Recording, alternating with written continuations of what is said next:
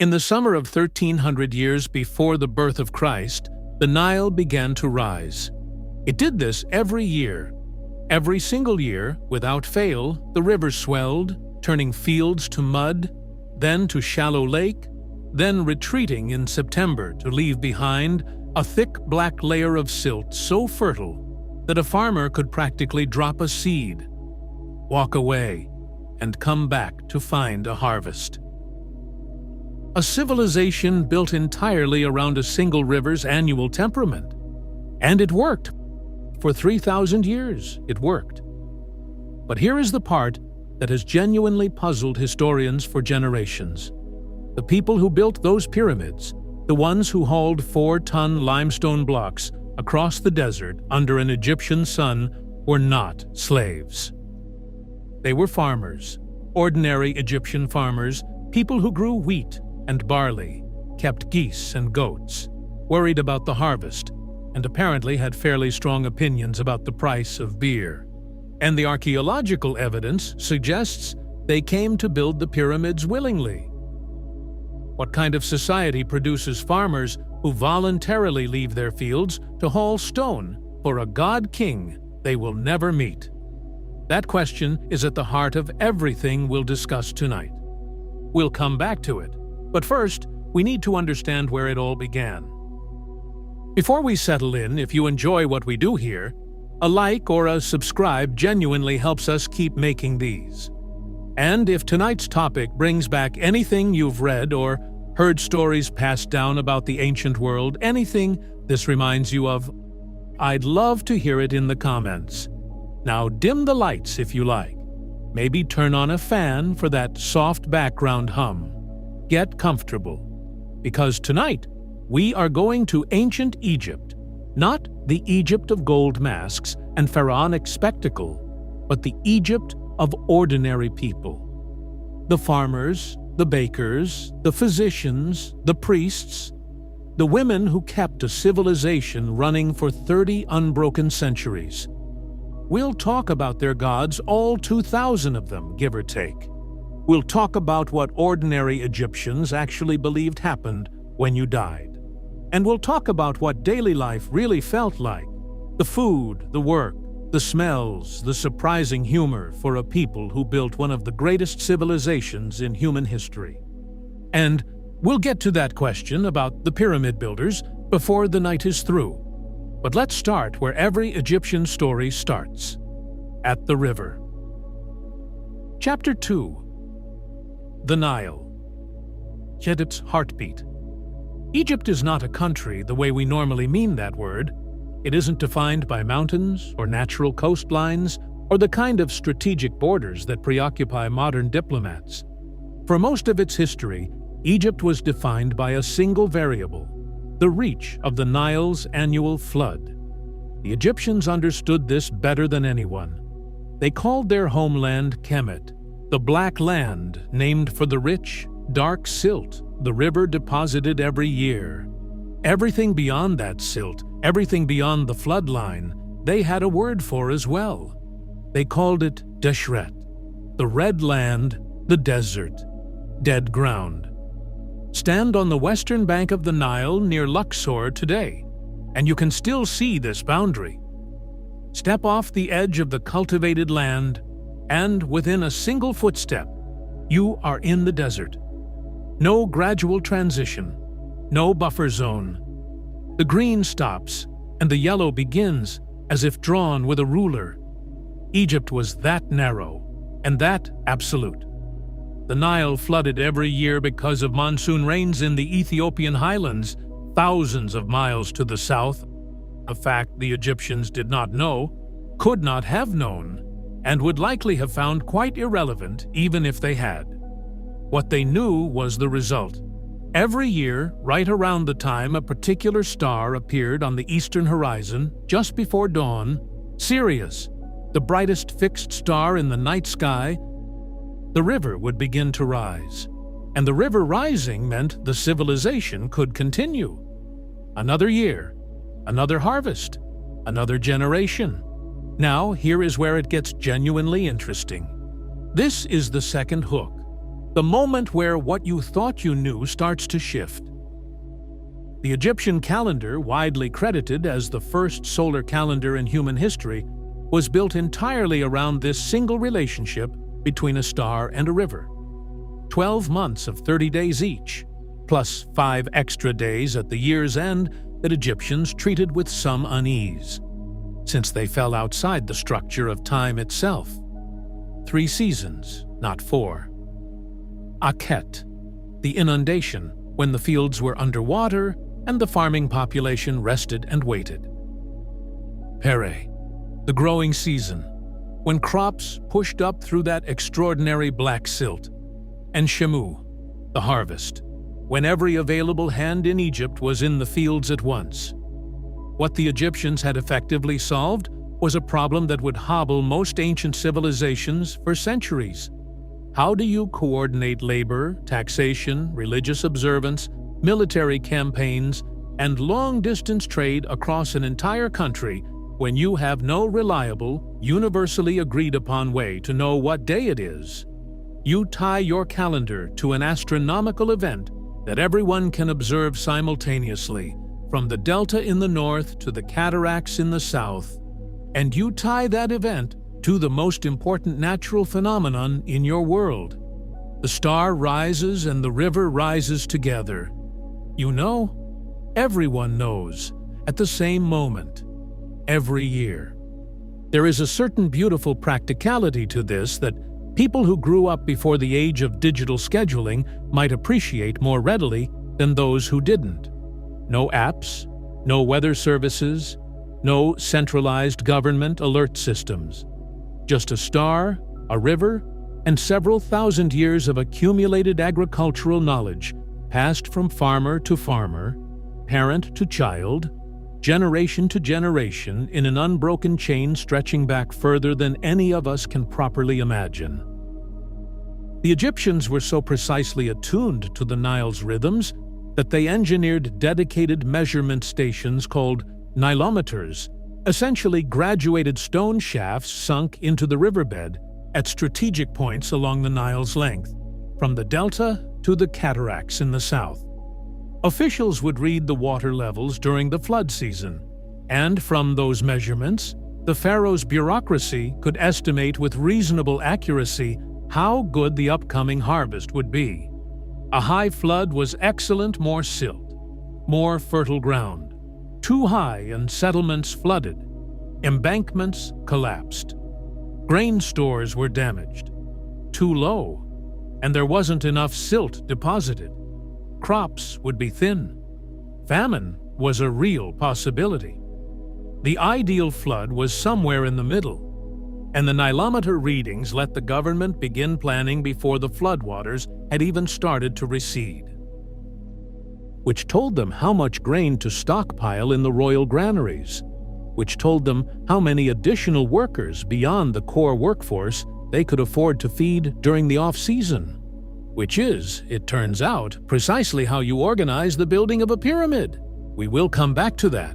But before we get to the extraordinary organizational machinery behind the greatest construction projects the ancient world ever produced, we need to understand what an ordinary Egyptian life actually looked like, day to day, season to season, because it was not a simple life, and it was not a short one. Chapter 3. The people of the Black Land, who they were, 200,000 people. That is the approximate population of the Nile Valley at the very beginning of the Pharaonic period. Around 3,000 years before the Common Era, when the first dynasties were consolidating their power and Egypt was still finding its shape. By the New Kingdom, roughly 1,300 years before Christ, the Egypt of Ramesses the Great, the Egypt most people picture. When they close their eyes and think of ancient Egypt, the population had grown to somewhere between 3 and 5 million people.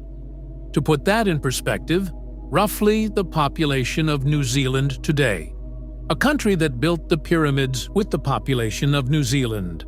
The vast majority of those people, somewhere between 80 and 90%, by most scholarly estimates, were farmers. Not slaves, not serfs in the feudal European sense. They were peasants who worked the land, paid their taxes in grain and labor, and in return received something that was, in the ancient world, rather unusual: a government that was at least nominally expected to keep them alive. When the harvest failed, when the flood was too weak, or too violent, or arrived at the wrong moment, the state was understood to have an obligation to open the royal granaries. Whether it always did so is another matter, but the expectation existed, and that expectation carried real weight. This doesn't mean ancient Egypt was some kind of enlightened welfare state. It manifestly was not. The pharaoh owned everything, at least in theory: the land, the crops, the Nile itself, the labor of every person in Egypt. Taxes were paid in kind: grain, linen, pottery, days of labor. Avoid your obligations, and tax collectors came. And if the tax collectors found their polite conversation unpersuasive, ancient records suggest they had other methods of expressing their requirements. We won't dwell on the details. The historical record is somewhat specific, and this is, after all, a program designed to help you sleep. And yet, within this framework of pharaonic ownership and obligatory taxation, ordinary Egyptians enjoyed more legal standing than most of their contemporaries anywhere in the ancient world. Women could own property. This was not the case in most contemporary civilizations, and bears repeating. Egyptian women could own property independently of their husbands or fathers. They could sue in court. They could divorce, and there were established legal procedures for doing so. They could engage in commerce. A woman who worked as a skilled linen weaver could, over time, accumulate enough savings to purchase a small plot of agricultural land. Not common, but documented. The papyri exist. Historians still debate exactly how much of this legal standing ordinary Egyptians could exercise in practice, as opposed to in principle. Ancient Egyptian papyri, the ones that have survived the millennia, which is a remarkably large number given that papyrus is not, by nature, a durable material, show a society that was genuinely litigious by ancient standards. People sued each other over property boundaries, disputed inheritances, unpaid labor agreements, and the ownership of specific animals. The courts were theoretically accessible. Whether they were practically accessible depended considerably on where you sat in the social hierarchy and who, if anyone, owed you a favor. Some things appear to be universal constants across civilizations. There is one detail about the Egyptian economy that tends to genuinely surprise people raised in a world of coins, notes, and digital transactions. Egypt, for most of its history, had no currency at all. None. No coinage of any kind until the very late period, when Greek influence began to make itself felt. The entire economy, from the payment of farmers' taxes to the wages of palace craftsmen, ran on barter and on grain, which functioned as a kind of money without being money. Prices were sometimes expressed in theoretical weights of copper or silver, but the actual transaction might involve bread, beer, fish, and linen, with both parties walking away having agreed, through a process of vigorous debate, that the exchange was fair. Beer, incidentally, was not a luxury in ancient Egypt. It was a nutritional staple, consumed by men, women, and children across every level of society.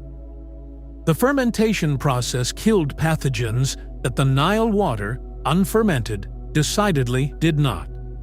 Workers at the pyramid construction sites were paid partly in beer. The going rate at various points was something in the neighborhood of 4 to 5 liters per day for a laboring worker, which sounds, depending on your relationship with the subject, either like a generous wage or a liability. Ancient Egyptian beer was considerably thicker and lower in alcohol content than anything modern drinkers would recognize as beer. Think of it as liquid bread, dense, caloric, nourishing, and present at every table in Egypt. from the farmer's mat on the floor to the palace of the God King himself. Those who remember post-war rationing when a pound of butter was a week's allocation and you learned to make things stretch in ways that would seem extraordinary today, might understand the Egyptian economy of scarcity in a way that requires no further explanation. In ancient Egypt, even the wealthy did not waste. Grain storage was a political and moral responsibility. The scribes who managed the royal granaries were among the most trusted officials in the entire state apparatus, and for good reason. In a civilization where everything labor, taxation, military supply, pyramid construction ran ultimately on grain, the people who counted the grain held a form of power that was quiet, invisible, and absolute. Later tonight, we'll talk about the scribes themselves. Who they were, how they were trained, and why a boy's chances of becoming one depended almost entirely on who his father was. That story opens a window into Egyptian society that no amount of pyramid gazing can quite match. But first, let's spend some time in the house of an ordinary farmer. Chapter 4. A day in the life of an Egyptian farmer. The smell hit you before anything else. That is the one thing the ancient Egyptian countryside would have in common with farm country in living memory. Damp earth, animal manure, the particular dusty sweetness of grain drying in the heat, and underlying all of it, the smell of the Nile itself. A deep, slightly muddy, fundamentally organic smell that is not unpleasant once you've grown accustomed to it, and that ancient Egyptians would have considered, quite literally, the smell of life. The smell of Kemet. The smell of home. A farmer's day in ancient Egypt began before sunrise. This was not a cultural preference. It was a physical necessity. The heat of the day in Upper Egypt in the long valley south of Memphis, near what is now Luxor, was not mild. Temperatures in summer regularly exceeded 40 degrees Celsius, 104 degrees Fahrenheit, for those who still think in those terms, which is entirely reasonable. You worked in the cool of the morning. You rested in the heat of midday. You worked again in the late afternoon as the sun began its descent. You did not argue with the sun. The sun had been doing this rather longer than your family, and it would be doing it considerably longer after your family was finished. The average Egyptian farmer's diet was, by modern nutritional analysis, surprisingly adequate. The staples were bread and beer, but alongside those came onions, which Egyptians consumed in quantities that would have impressed even the most committed modern enthusiast, garlic, leeks, lentils, chickpeas, and a range of seasonal vegetables from kitchen gardens tended primarily by women and older children. Fish from the Nile provided a significant protein source for most of the population. Dried and salted Nile fish was traded across considerable distances.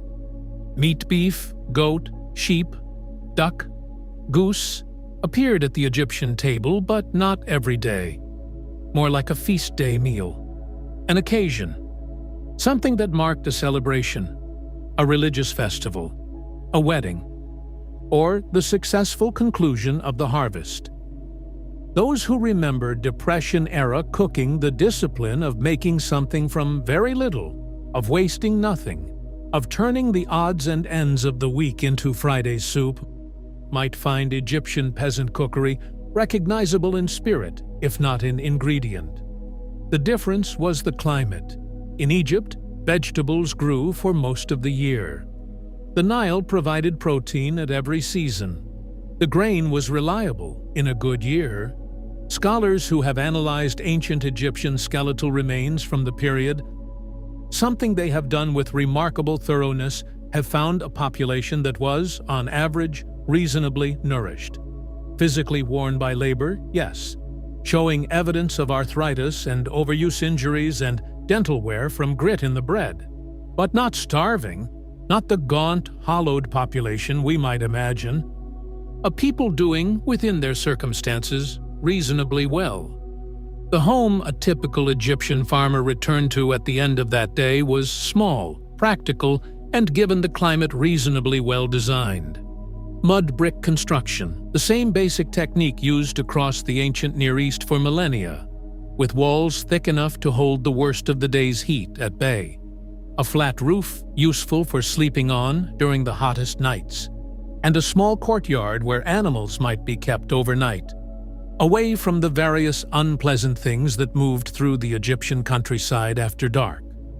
The floors were beaten earth. Furniture was minimal and functional. The bed was raised off the floor. This was important, and not merely for comfort. The Egyptian night was not without its hazards.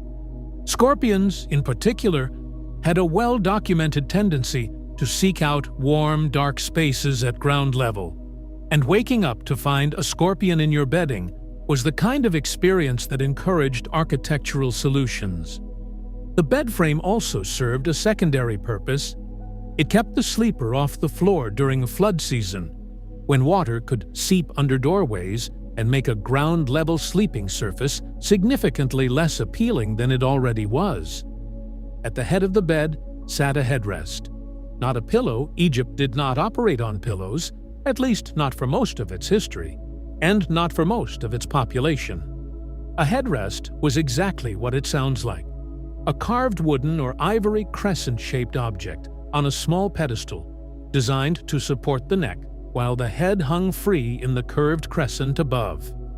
This sounds, to most modern sensibilities, profoundly uncomfortable. Historians largely agree that it probably was. But it served a purpose. It kept an elaborate wig or carefully dressed natural hair from being crushed during sleep. Appearance mattered to ancient Egyptians at every level of society, and the headrest was, in its way, the equivalent of sleeping on a satin pillowcase to protect a blowout. A different era, the same underlying logic. Those without elaborate wigs presumably slept more comfortably. This may be the first documented example in human history of suffering for fashion, though it would certainly not be the last. We'll get to Egyptian grooming and personal appearance before the evening is through, and you may be genuinely surprised to discover just how sophisticated and chemically inventive ancient Egyptians were about the way they looked and smelled. But first, let's talk about the person who made almost everything in an Egyptian household possible: the woman of the house, and the extraordinary legal and economic position she occupied in a world that, in most other places, had not yet thought to give her one. Chapter 5. Women of Ancient Egypt: Rights, Work, and Remarkable Lives. Her name was Naunakta, and she was, by any measure, a difficult woman to cross. She was a commoner, not a princess, not a noblewoman, not the daughter of a priest or official. The daughter of a scribe, perhaps, though even that is uncertain. What is certain is that she lived in Deir el-Medina, the workers' village at the edge of the desert on the west bank near Thebes, where the craftsmen who built and decorated the royal tombs in the Valley of the Kings had their homes. She married twice, outlived her first husband, and in the final decade of her life, around 1140 years before the Common Era, the reign of Ramesses V, she appeared before a local court and dictated a legal document that has survived intact in the Egyptian Museum in Cairo for 3,000 years. The document is her will. And what is remarkable about it, what makes Naunakta's will one of the most humanly vivid texts to survive from ancient Egypt, is not what she left to her children. It is what she specifically, pointedly, and with evident satisfaction did not leave to certain of them. She had 8 children between her 2 marriages. 4, she declared, had cared for her in her old age, brought her food and water, visited when she was ill. They would inherit her property. The other 4, she wrote with what one imagines was some relish, had not done any of these things. They would receive nothing. The children were named. The reasons were stated. The court accepted the will as legally valid. This is, in miniature, why ancient Egyptian women occupy a position unlike their contemporaries in almost every other civilization of the ancient world. A woman in ancient Rome could not independently own property or bring a legal suit without a male guardian acting on her behalf. A woman in ancient Athens existed, legally, in a state not far removed from the property she was meant to manage. In ancient Egypt, Nonakta could own her household goods. She could will them to whom she chose. She could exclude her ungrateful children by name before a court of law and have that exclusion honored. She did exactly that. The economic foundation of Egyptian women's independence was, in most cases, the loom. Linen weaving was one of the primary industries of ancient Egypt, and it was work performed almost entirely by women. Not as a gender-imposed limitation, or rather, not only as that, but because it was skilled labor that commanded real economic value. Fine Egyptian linen was among the most prized textiles in the ancient Mediterranean world. It was exported. It was used to dress the statues of gods. It was used to wrap the dead. It was payment in the barter economy. A woman who was a skilled weaver produced something of tangible, tradable worth, and the evidence from papyri and tomb records shows that skilled weavers could accumulate meaningful property over a working lifetime. Daily work for Egyptian women extended considerably beyond weaving. Grain grinding was a morning task so fundamental and so physically demanding that skeletal analysis of female remains from the period consistently shows evidence of stress injuries in the knees and lower back. The signature of hours spent each day rocking forward and back over a stone saddle quern, grinding emmer wheat into flour. The work began before sunrise. It was loud enough to be heard across the village. It was relentless enough that wealthier households paid other women to come and do it, because even those who could theoretically delegate the task understood its weight. Bread was life in the most literal possible sense, and someone had to grind the grain for it every single morning. Beyond grain grinding and bread baking, Egyptian women managed the household's water supply, a task involving multiple trips daily to the Nile or to local canal points with large clay water jars, carried on the head, tended the kitchen garden, processed and preserved food for storage, made clothing for the family, and managed the household's economic transactions in the marketplace. In families where both husband and wife worked in specialized trades, the household functioned as a small economic unit where both contributions were necessary, and, by Egyptian legal standards, both spouses held an ownership interest in the household's accumulated goods. This is not to paint an idealized portrait of ancient Egyptian womanhood. The evidence also shows that women in ancient Egypt were vulnerable to the same abuses, exploitations, and inequalities that have marked patriarchal societies in every era and civilization. The legal protections that existed could be, and sometimes were, ignored.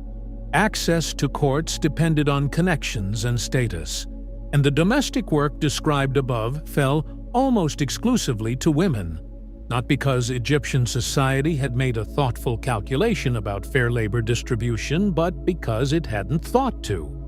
But within the constraints of the ancient world, the legal standing of Egyptian women was remarkable. And that is worth stating plainly because it is not always what people expect. Before we continue, I want to pause for a moment here. Those of you who remember the extraordinary contributions women made during the war years, in the factories, the fields, the hospitals, keeping households and communities together while the men were away, will recognize something in the Egyptian story. The work was different. The tools were different. The era was 3,000 years removed. But the fundamental pattern of women holding civilization together through sustained, largely unacknowledged daily labor is one that runs continuously through human history, from the Nile Valley to the home front and well beyond. If that resonates with your experience, or with stories you heard from your mothers or grandmothers, I'd be genuinely glad to hear them in the comments. Chapter 6: Beauty, Grooming, and the Egyptian Obsession with Appearances. 3,000 years before the cosmetics industry became the multi-billion-dollar enterprise it is today, ancient Egyptians were spending a remarkable portion of their household income on personal grooming. This was not a luxury of the elite. Archaeological excavations at Deir el-Medina, the workers' village, where the artisans who built royal tombs lived, have found cosmetics equipment in the homes of ordinary craftsmen and their families.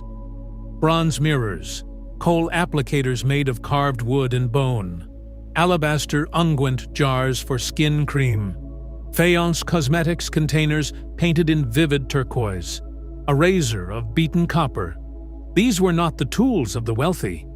These were the contents of a working-class Egyptian bedroom. The coal eye makeup that ancient Egyptians are famous for was not purely cosmetic. This is one of those places where the practical and the aesthetic overlap in ways that reflect real intelligence operating with available resources. The primary ingredient in traditional Egyptian coal was galena ground lead sulfide mixed with fat, and applied in thick, dramatic lines extending well beyond the eye's natural corners, elongating the eye into the distinctive shape visible in every piece of Egyptian art.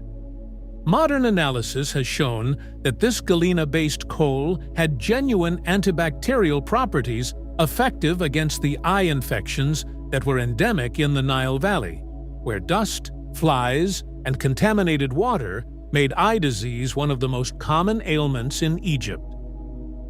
Protecting the eyes from both infection and the brutal glare of the Egyptian sun was a reasonable priority in a land where the light came down at you like something personal. The coal's cosmetic effect was, in this sense, a secondary benefit of a practical solution. The Egyptians, characteristically, made sure the practical solution looked extraordinary. They were not, as a people, inclined to settle for merely adequate when magnificent was available. Both men and women in ancient Egypt wore cosmetics, though the range and application varied by occasion and class.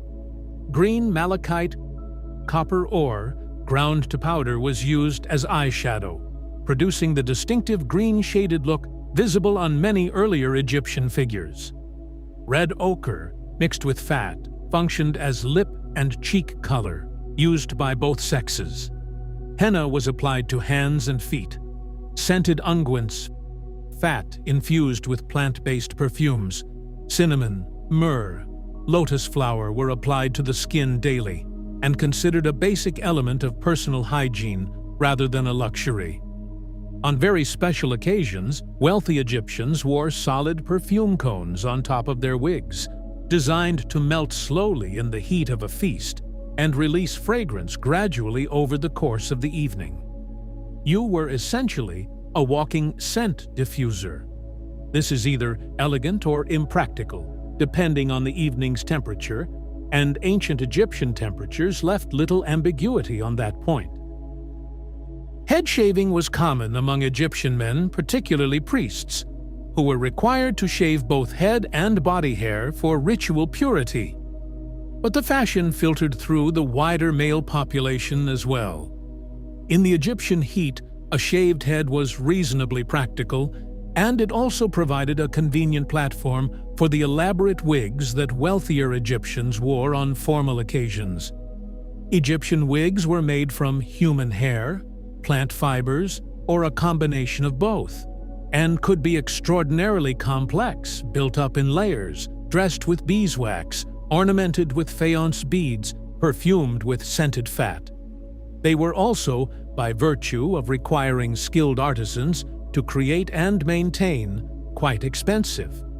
Owning a good wig meant something, and it meant something specific, that you had resources enough to invest in appearance, which was how ancient Egyptians signaled status in a society where ostentation in dress was constrained by sumptuary customs that reserved the most elaborate ornaments for the elite.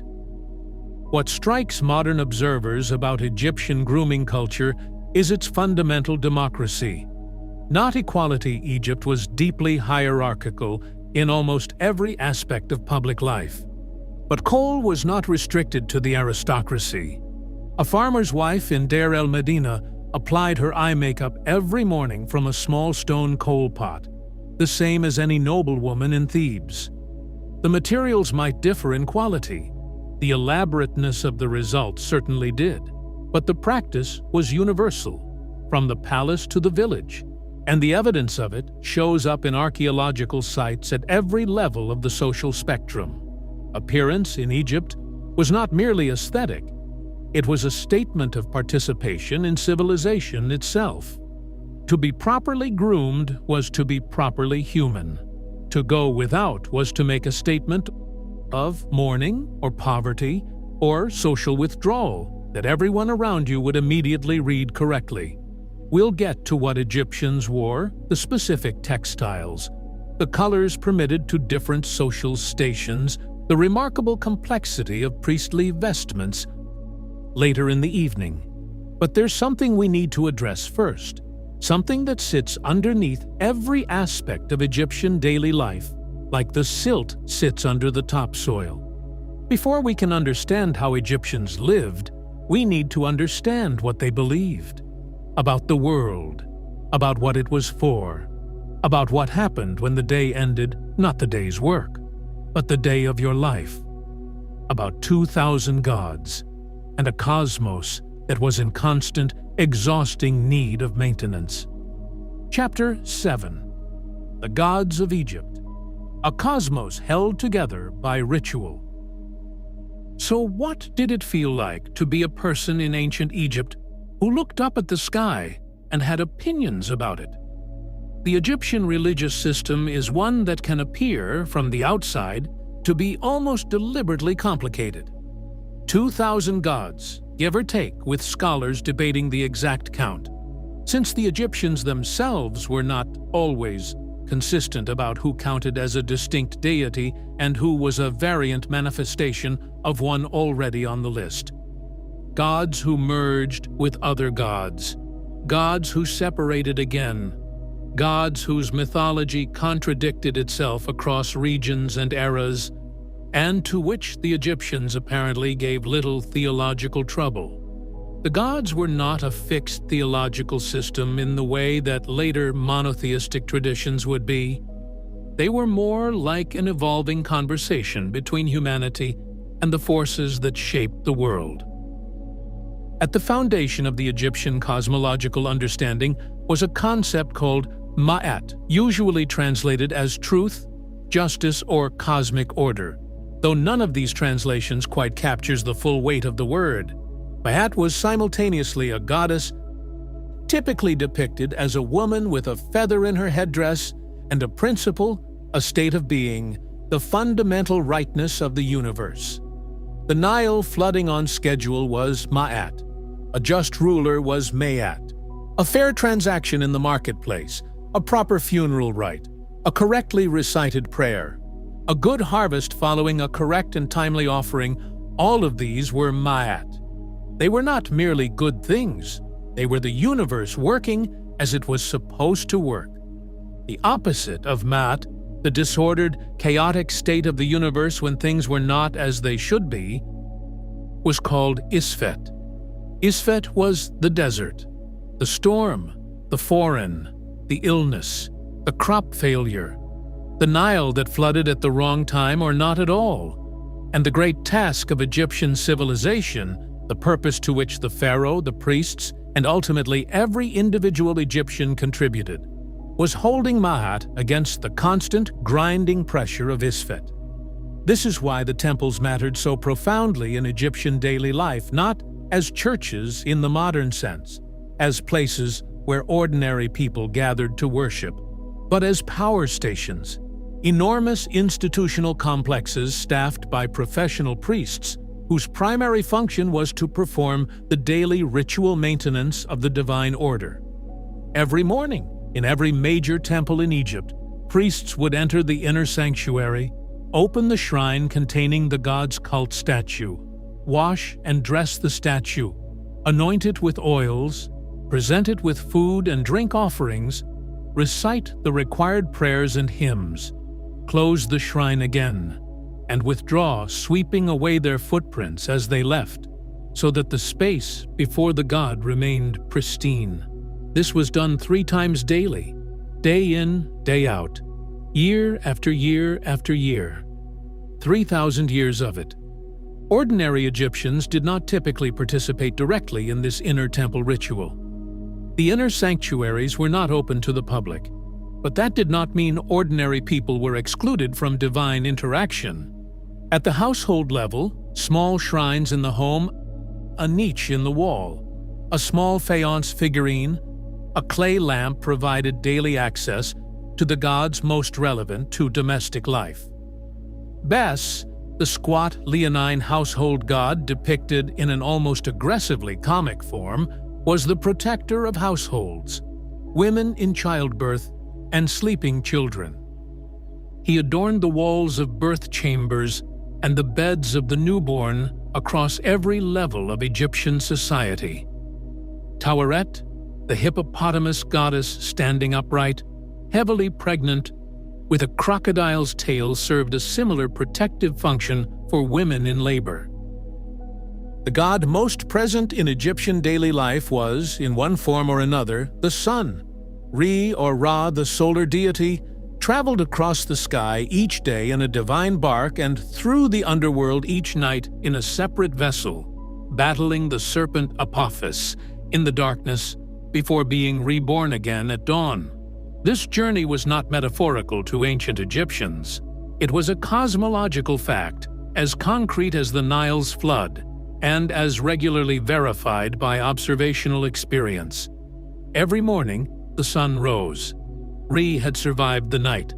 Ma'at was, for one more day, holding. What this cosmological framework meant for daily Egyptian life was a pervasive ritual logic to the shape of the day. The morning wash, the morning offering at the household shrine, the orientation of building entrances toward the east, these were not simply habitual. They were participatory. By performing the correct actions at the correct moments, an ordinary Egyptian was contributing, in a small way, to the maintenance of Ma'at, to the continuation of the solar bark's journey, to the next morning sunrise. The universe required upkeep, and everyone, from the pharaoh in his palace to the farmer at the edge of his field, was part of the maintenance crew. Religious festivals gave ordinary Egyptians their primary opportunity to interact directly with the divine, and the calendar was full of them. Scholars have counted over 60 official festival days in the New Kingdom religious calendar, and that number does not include local celebrations. On major festival days, the god's cult statue, normally hidden within the temple's innermost sanctuary, would be carried out in a gilded portable shrine, a bark on the shoulders of priests, and processed through the streets or across the Nile to visit another temple. Ordinary people could approach the shrine to petition the god, to ask questions that would be answered by the direction the shrine moved or tilted under the priest's hands, a form of divine oracle that was taken seriously at every level of Egyptian society, including by pharaohs making major policy decisions. On festival days, the temple granaries opened and distributed food and beer to the population. Work stopped. It was, by any reasonable assessment, a very Egyptian synthesis of the religious and the practical. Later in the evening, we'll talk about the most personal and consequential encounter any Egyptian would ever have with the divine, not at a festival, but in the judgment hall after death.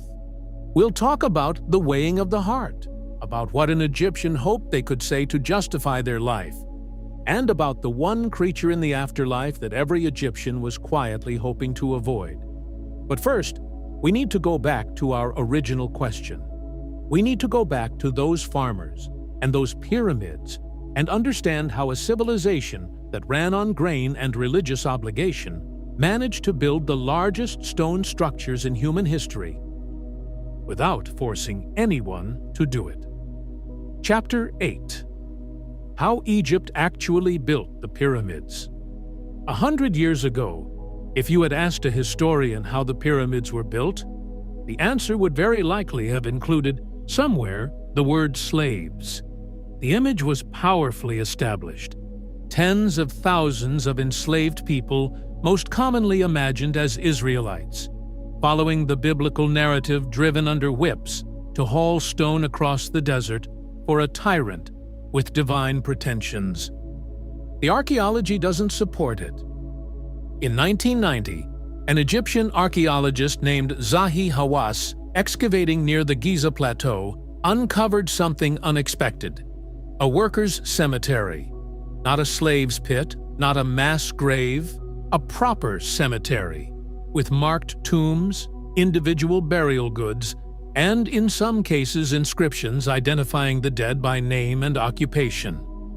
Tomb builders, foremen, skilled craftsmen, people important enough, in the view of those who buried them, to receive individual graves within sight of the monument they had spent their working lives building. Subsequent excavation revealed the workers' village itself, organized housing, a bakery complex, a brewery, medical facilities showing evidence of skilled trauma care, including amputations that had been successfully performed and healed. Workers who died at the site had received medical attention. Workers who died were given proper burial.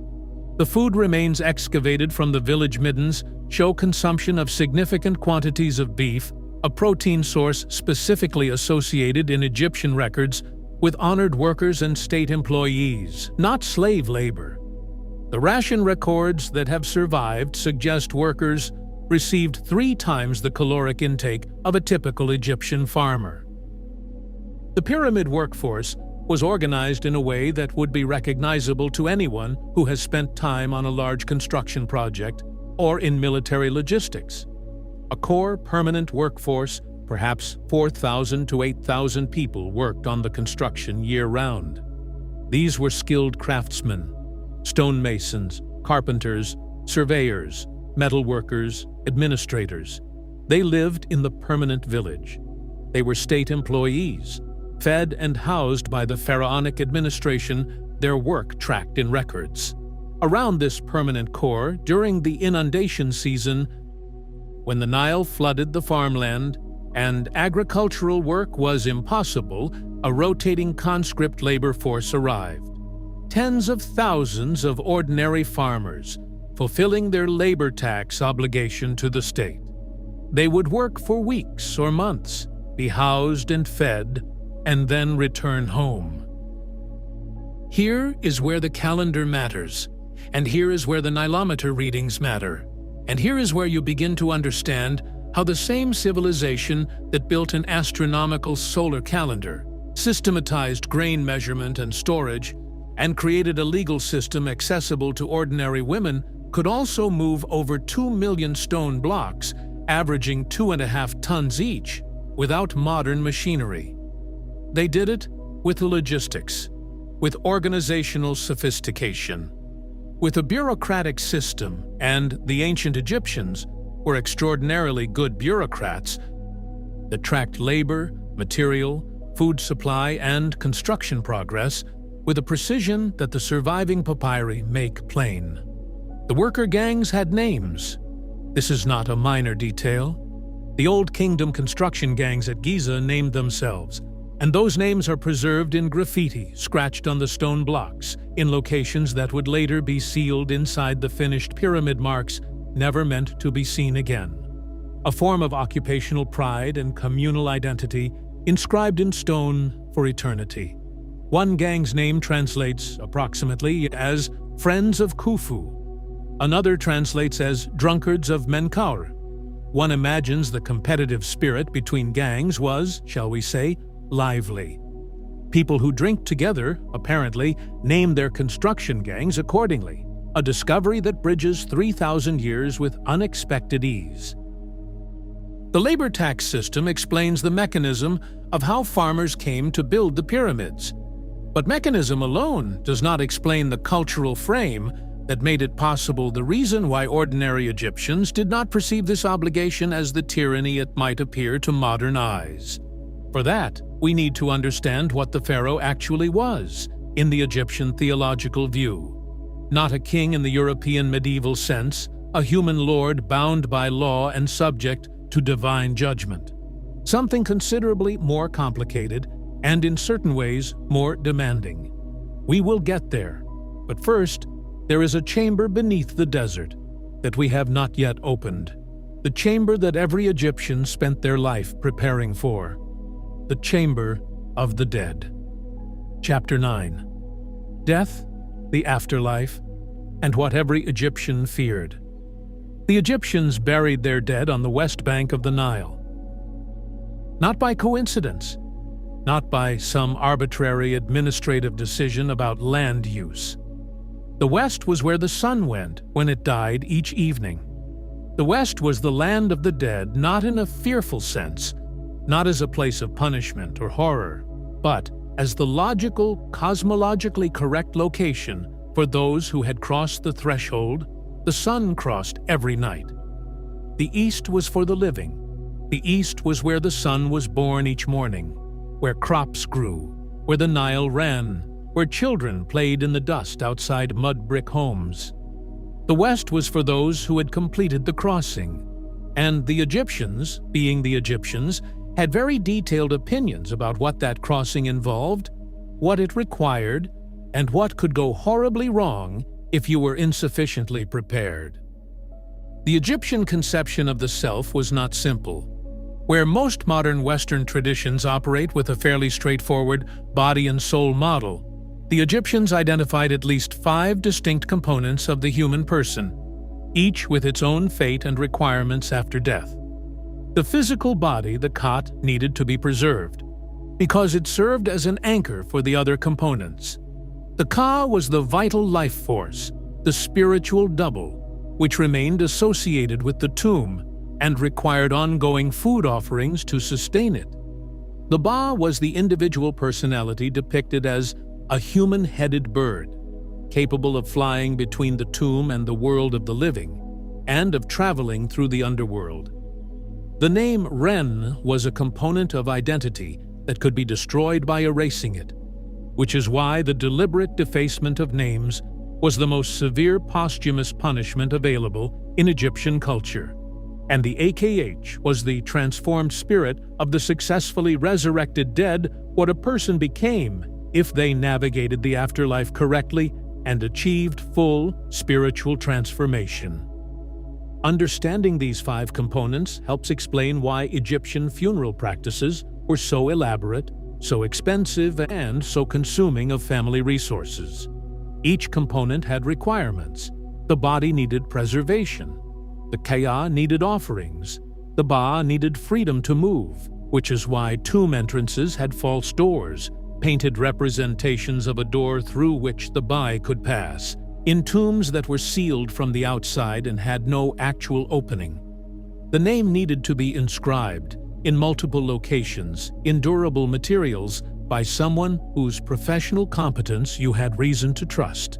And the AKH could only be achieved through correct funerary ritual, correct judgment in the afterlife, and the ongoing prayers of the living.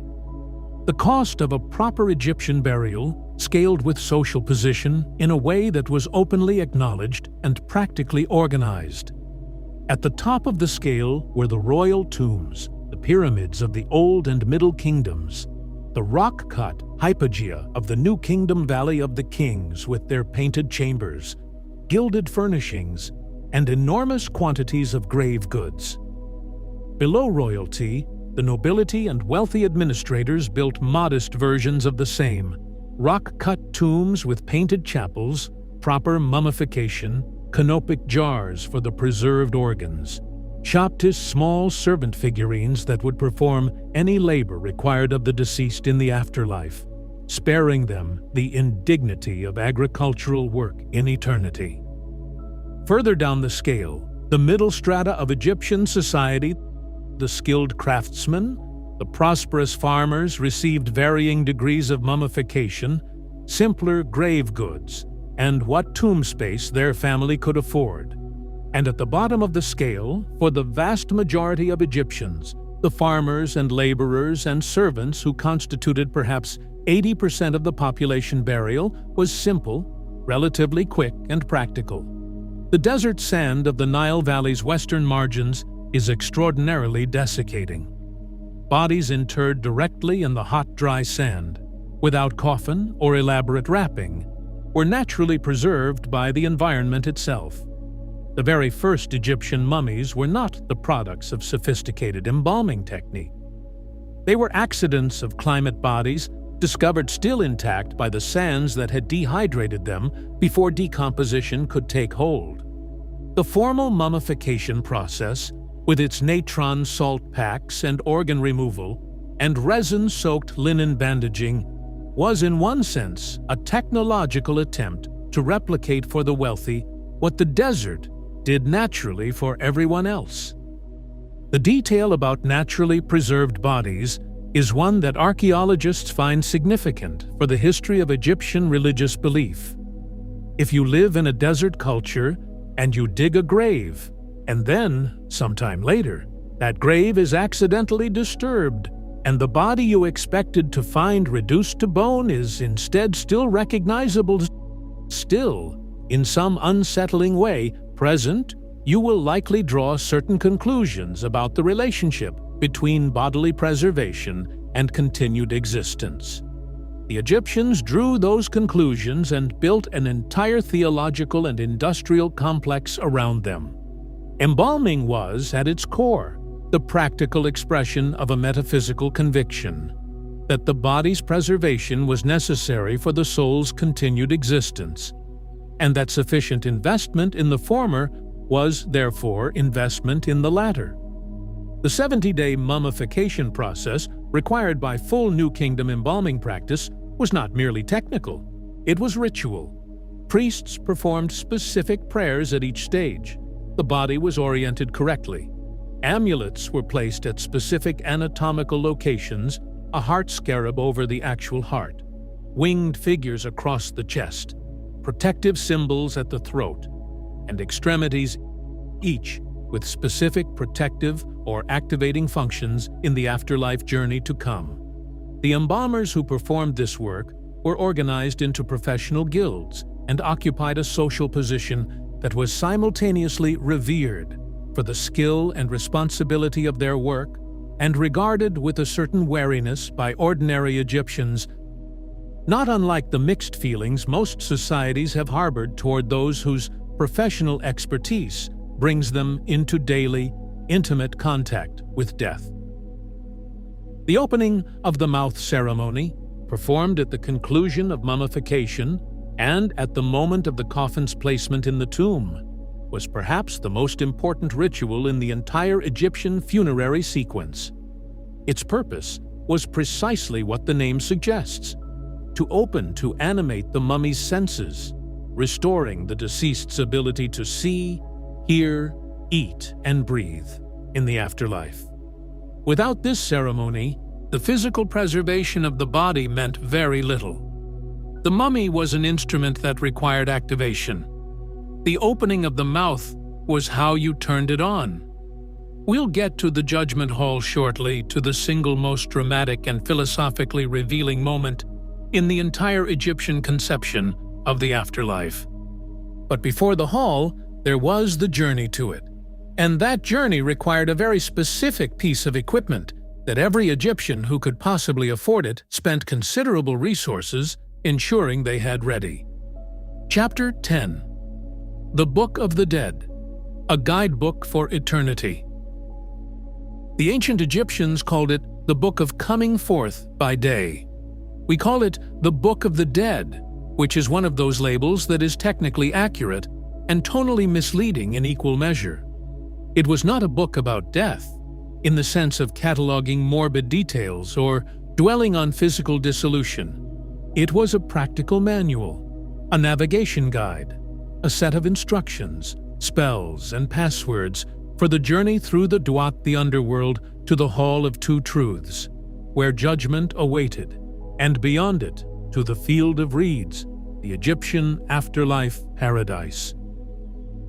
The Book of the Dead was, in its most developed New Kingdom form, a personalized document. A scribe would be hired, and they did not come cheaply to prepare a scroll tailored to the specific individual. The person's name inserted at the correct points in the spells, the vignettes painted to show the person's face, the specific selection of chapters chosen to address whatever that individual's particular afterlife anxieties might be. Some books of the dead are extraordinarily beautiful, painted with skill and care, filled with vivid imagery, clearly the work of accomplished artists. Others, particularly from periods of high demand, are rather more rushed, generic texts with blank spaces left for the owner's name to be filled in, the vignettes somewhat perfunctory, the painting workmanlike rather than inspired. One notable example has been found where the scribe forgot to fill in the owner's name at all, leaving them to spend eternity as a nameless anonymous, which, in the Egyptian theological framework, was almost precisely the worst possible outcome. The spells within the Book of the Dead addressed a remarkable range of afterlife contingencies.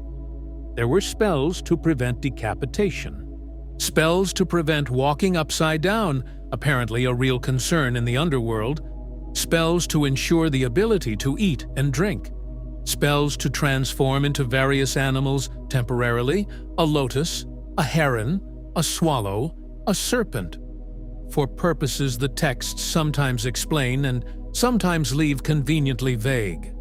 Spells to open gates guarded by serpent deities who required specific passwords, and, most crucially, the spell for the weighing of the heart.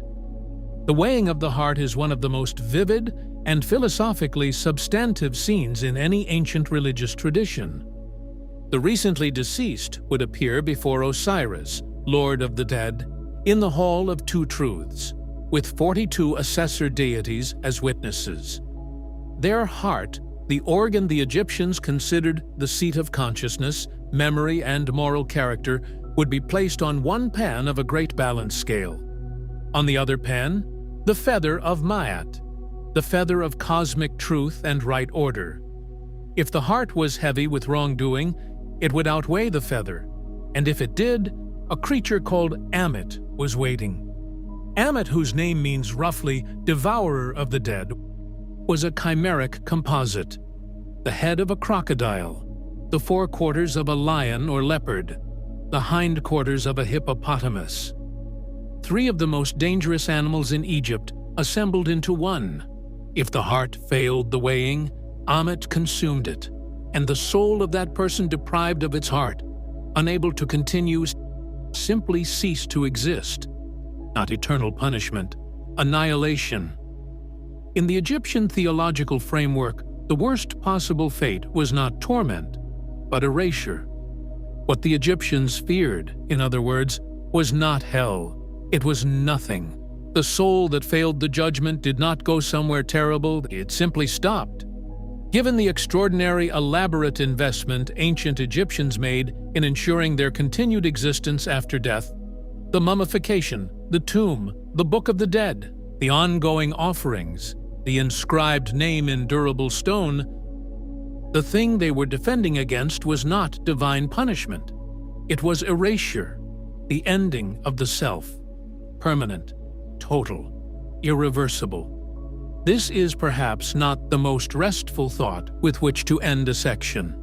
Let us move, somewhat briskly, to what happened when the heart passed the weighing, when the scale balanced, when the deceased was declared a true voice, their character found adequate to the feather's standard. What came next was not clouds and halos.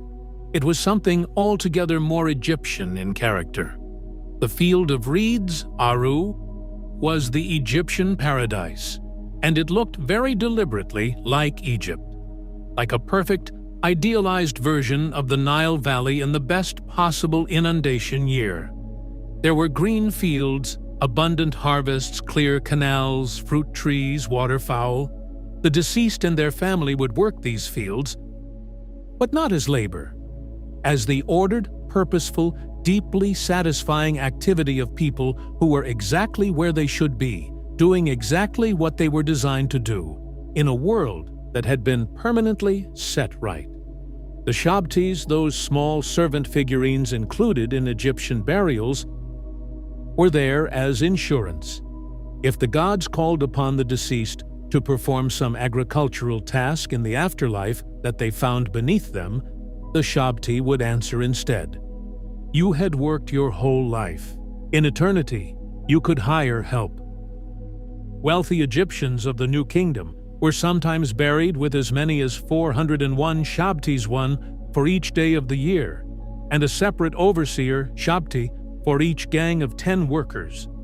The organizational thoroughness that characterized every aspect of Egyptian administration apparently extended to the afterlife labor force.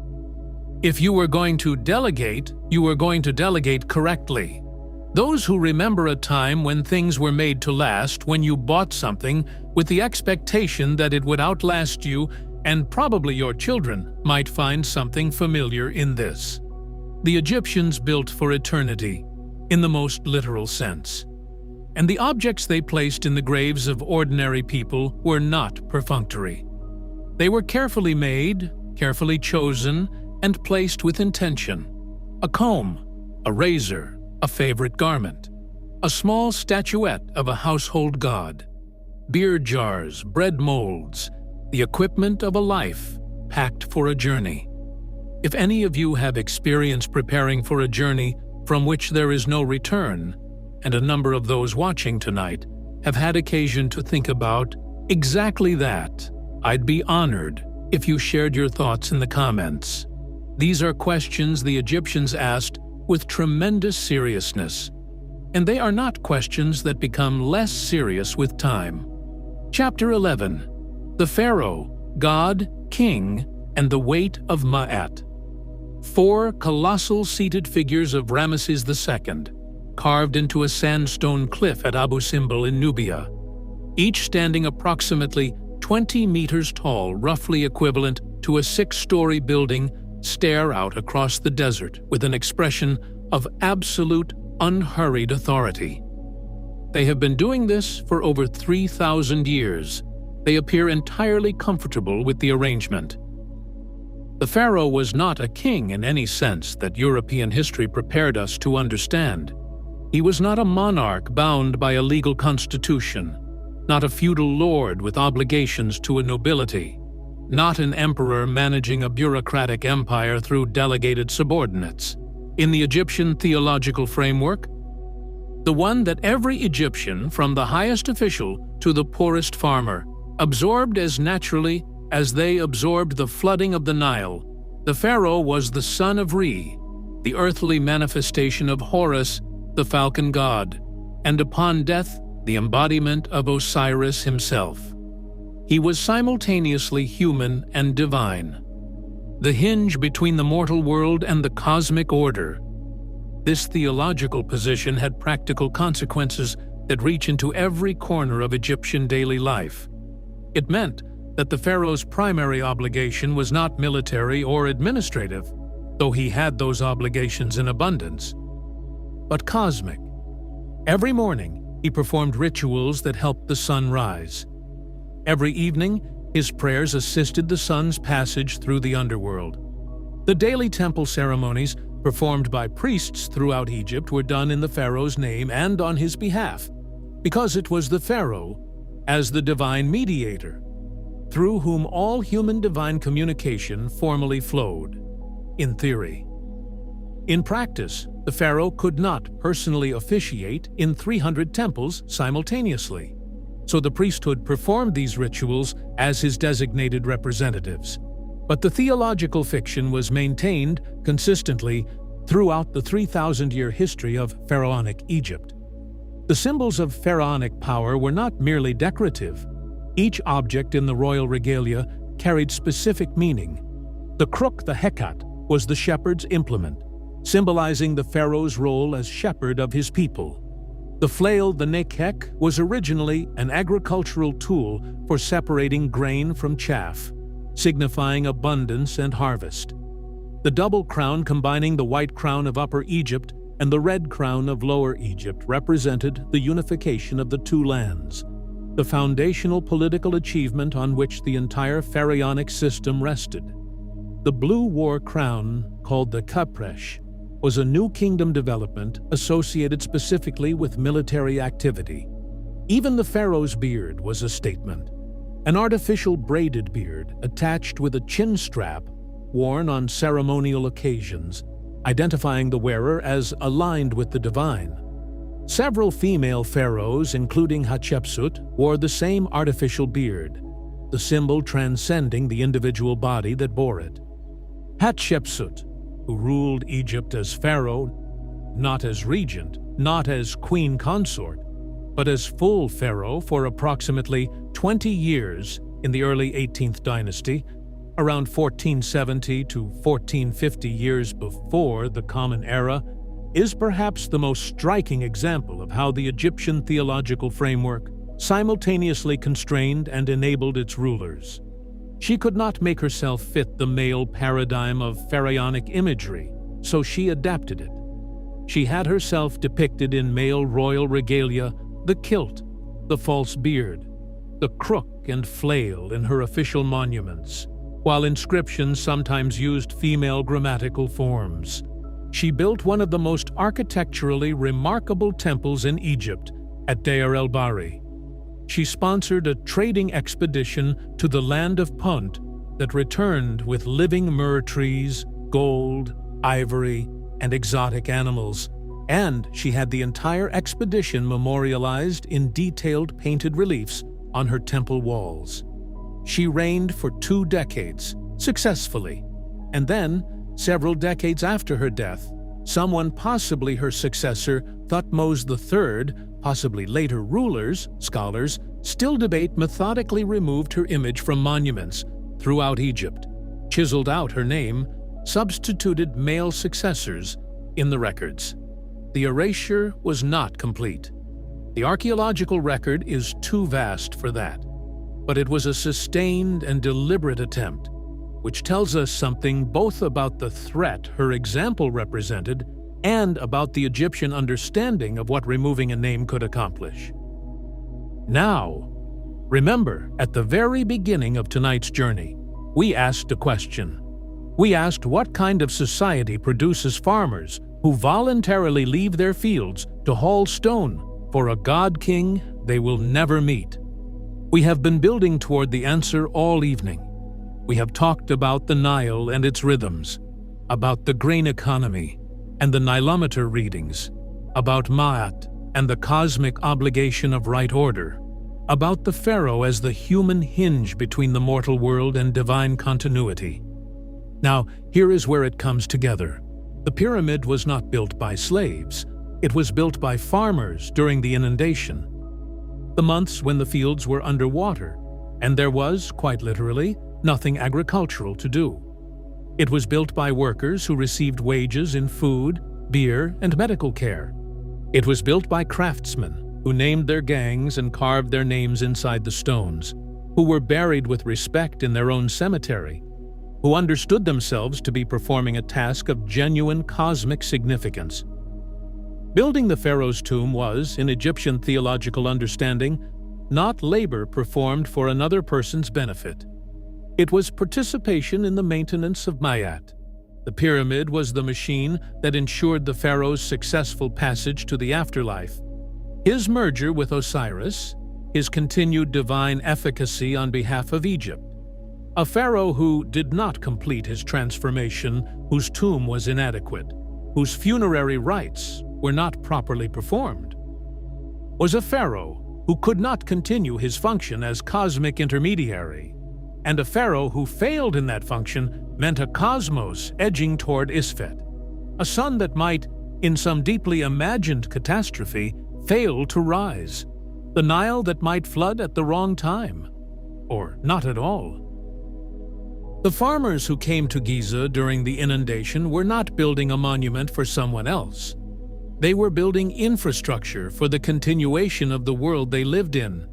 In their understanding, this was as practically necessary as maintaining the irrigation canals, or keeping the granaries stocked, or performing the morning offering at the household shrine. The pyramid was a cosmic machine. Building it was civic duty of the most fundamental kind. Whether a modern observer finds this theological logic compelling is, perhaps, beside the point. The Egyptians found it compelling, and they built accordingly. The Great Pyramid of Khufu, the largest stone structure in human history for over 3,800 years, stands as evidence of what a society can accomplish when it has organized its labor, its resources, its administrative capacity, and its deepest religious convictions around a single shared project. That, at its heart, is the answer to the question we posed at the beginning. The farmers came to build the pyramid because they believed it needed building, because the civilization that had fed and protected and given legal standing to their families for generations told them this was necessary, and because the theological framework that explained the sunrise each morning, the Nile's annual gift, the fertility of the black land, that framework gave them a reason that was not coercion, but conviction. You can debate whether the conviction was true. You cannot reasonably debate that it was real. There is one more group of people we have not yet visited tonight, perhaps the most consequential group of all, given that everything we know about ancient Egypt ultimately came through their hands. We will get to them shortly. But first, let us spend a little time in the temples and understand what a priest's working day actually looked like, because it was, in several respects, considerably stranger than the formal temple art might suggest. Chapter 12. Priests, Rituals, and the Business of the Gods.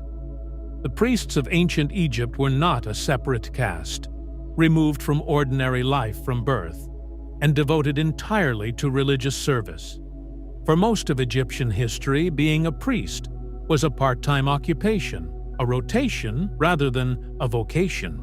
A priest might serve at the temple for 1 month in 4, performing the required ritual duties, and spend the remaining 3 months at home, farming, trading, managing his household, or pursuing his normal professional life. The stipend from the temple, a share of the god's daily food offerings, redistributed after the deity had theoretically consumed the essence of the food, provided supplemental income, not a living wage.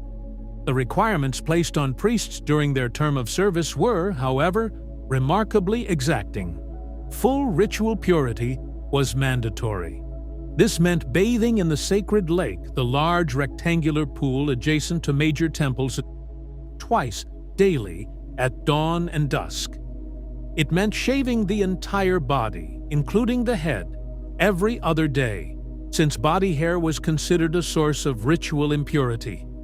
It meant wearing only white linen, never leather or wool, which came from animals and were therefore ritually problematic.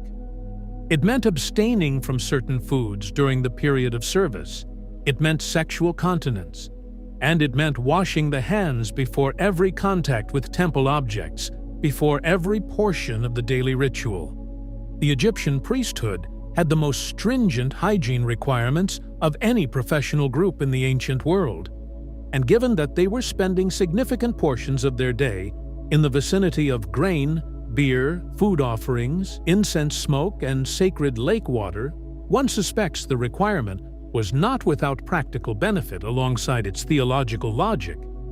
The temples themselves were economic institutions of the first order. By the New Kingdom, the major temples Karnak, Luxor, Abydos, Memphis had accumulated land, cattle herds, fishing rights, grain stores, workshops, orchards, and labor forces that made them significant players in the Egyptian economy by any measure. The Temple of Amun at Karnak alone, at its peak, owned approximately 80,000 workers and servants, over 400,000 head of cattle, more than 400 orchards and gardens, and nearly 100 ships. The priesthood that managed these assets was, in consequence, an administrative and political power that even the Pharaoh had to negotiate with carefully, something that would eventually create tensions that nearly fractured the Egyptian state. But that is a story for another evening. What strikes a modern observer about the Egyptian temple is how completely it collapsed the boundary between the sacred and the commercial.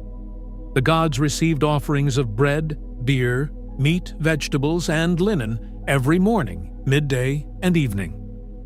After the ritual presentation, after the god had, in theological terms, absorbed the spiritual essence of these offerings, the physical food was redistributed to the priests who had prepared and presented it, to the temple workers, to the artisans and laborers who maintained the temple buildings, and in some circumstances, through mechanisms that varied by period, portions flowed out to the wider community. The temple was a redistribution center as much as it was a house of worship. The divine economy and the human economy were the same economy. We are getting close to one of the most fascinating corners of Egyptian daily life. The group of people who made this entire civilization legible to itself, and to us 3,000 years later. The scribes, the people who held the reed pen, who controlled what was written and what was not, what was remembered and what was not. We'll get there shortly. But first, a brief stop in the kitchen, because the food of ancient Egypt is rather more interesting than it might sound, and there is one item on the ancient Egyptian menu that has been causing quiet diplomatic controversy in archaeological circles for the better part of 30 years. Chapter 13. Food, feasting, and the controversial item on the menu: bread, beer, onions. If you distilled the Egyptian diet to its essential architecture and put it on a sign outside every household in the Nile Valley, that is approximately what the sign would read. These were not the luxuries of the table. They were its foundation, the daily minimum, the nutritional baseline, the fuel that ran the civilization. And historians who have spent their careers reconstructing ancient Egyptian foodways tend to describe the combination with the kind of quiet respect one extends to something that simply, reliably works. Egyptian bread came in dozens of varieties. Archaeologists have identified over 40 distinct bread shapes and types from tomb art. Surviving loaves, yes, surviving loaves. The dry Egyptian climate being rather obliging in this regard. And ancient recipe evidence. There were flat, round loaves, conical loaves baked in clay molds, triangular loaves, loaves sweetened with date syrup, loaves enriched with fat, ritual loaves shaped into specific symbolic forms for offering purposes. The primary grain was emmer wheat, which produces a dense, nutritious flour. A secondary grain was barley, used primarily for beer production. Spelt appeared occasionally. What ancient Egyptian bread did not contain, to a degree that any modern dentist would find professionally alarming, was much in the way of fine sifting. The flour ground by Egyptian saddle querns, those stone hand mills described earlier, inevitably picked up fine particles of stone during the grinding process, particularly sand and grit from the millstone itself. This grit worked its way into the bread, which worked its way, over a lifetime of eating it, into the teeth. The skeletal record of ancient Egyptians shows severe dental attrition, the gradual wearing away of tooth enamel across virtually the entire population, from peasant to priest. Pharaohs were not exempt. Ramesses II, who lived to approximately 90 years of age and was, by the standards of his era, extraordinarily long-lived, suffered from severe dental disease in his final decades, evidenced in his mummy by multiple dental abscesses and significant tooth loss. Ruling the known world for 67 years was rather easier, apparently, than keeping your teeth through it. Beyond the bread and beer foundation, the Egyptian kitchen garden produced a surprisingly varied table. Leeks and garlic were so thoroughly integrated into the Egyptian diet that Pliny the Elder, a Roman writing considerably later, claimed that Egyptians swore their oaths by garlic and onions, treating them as divine. He was almost certainly exaggerating, but the underlying cultural observation was not wrong. Alliums were everywhere in the Egyptian diet, used raw, cooked, dried, and as medicinal preparations. Lettuce was widely cultivated and carried specific religious associations with the fertility god Min, which made it ritually significant enough to be offered at certain temple ceremonies. Figs, dates, pomegranates, grapes, and various melons appeared seasonally. Cucumbers and various gourds contributed to the table. Lentils and chickpeas provided plant protein in quantity. Now, the controversial item. For several decades, archaeologists and historians have been engaged in a quiet but pointed disagreement about a specific component of the diet at Deir el-Medina, the workers' village near the Valley of the Kings. The administrative records from this site, which are extraordinarily detailed by ancient standards, list among the regular ration distributions to workers a commodity identified in the hieratic script as a word that some scholars have translated as fish sauce, a fermented condiment remarkably similar to the garum so beloved of Roman cooking, and to the fish sauce still foundational to Southeast Asian cooking today. Other scholars dispute the translation and suggest the word refers to a different preserved fish product, dried fish, or salted fish paste, which are not quite the same thing. The argument has been conducted with the particular intensity reserved for debates, where the actual stakes are entirely scholarly, but the participants have invested considerable professional reputation. The honest answer is that we do not know with certainty whether ancient Egyptians produced and used a fermented fish sauce. What we do know is that they had all the ingredients, the climate, the preservation techniques, and the culinary sensibility to do so. What we also know is that the question of whether the Romans invented fish sauce or inherited it from civilizations they didn't fully credit is the kind of thing that can make a conference room of ancient food historians considerably more animated than the topic might initially suggest. For those Egyptians who could afford it, and feast records from noble households give us a reasonably detailed picture, a formal dinner was a production of some ambition. Roasted goose and duck, beef ribs, ox heart and liver, which were delicacies, whole roasted fish, multiple bread varieties, stewed vegetables with garlic, fresh and dried fruit arrangements, and, in quantities that the surviving records suggest were generous, wine. Egyptian wine was a product primarily of the Nile Delta and the western oases, where the climate and soil produced grapes of varying quality. The wine jars found in royal tombs were labeled vintage, vineyard, quality assessment, with a specificity that would not look out of place on a modern wine label. A jar from Tutankhamun's tomb, examined in the 20th century, was assessed by Egyptologists as probably a dry red, likely from the western Delta region, vintage approximately 1347 before the Common Era. Someone, 3,000 years ago, thought it was worth keeping. Honey was the primary sweetener available to the Egyptian kitchen, and it was used with the kind of enthusiasm that a civilization without refined sugar quite reasonably deploys toward the best available alternative. Honey cakes appear in offering lists, in celebration recipes, in medical prescriptions. Bees were kept in clay cylinder hives along the Nile Valley, and honey production was organized enough to constitute a taxable commodity in the pharaonic economy. There were also date syrup and carob, both of which served as sweetening agents in various preparations. The picture that emerges, when you put the full Egyptian table together, is not one of austere privation.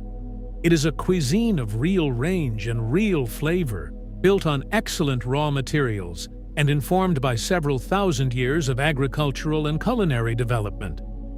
Not every meal was a feast, But the feast, when it came, was something to remember. We'll talk shortly about the people who kept detailed records of all of this.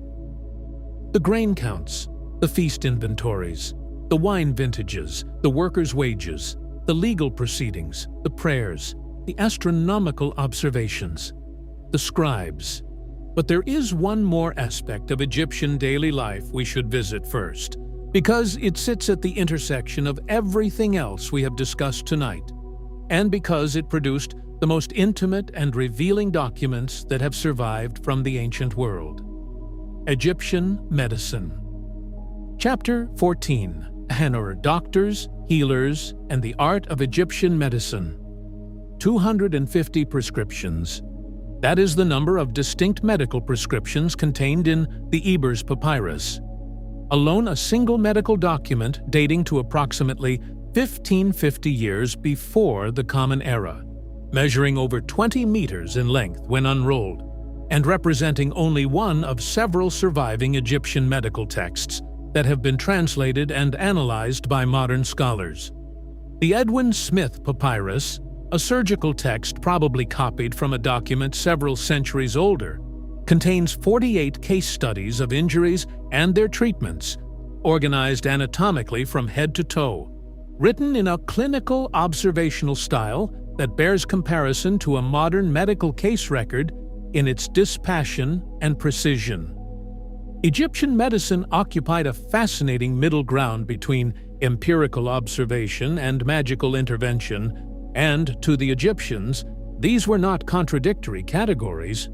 A prescription for treating an infected wound might specify a specific plant-based antimicrobial compound applied topically, followed by a bandage changed on a defined schedule, accompanied by a specific spoken spell to invoke the protection of a relevant deity.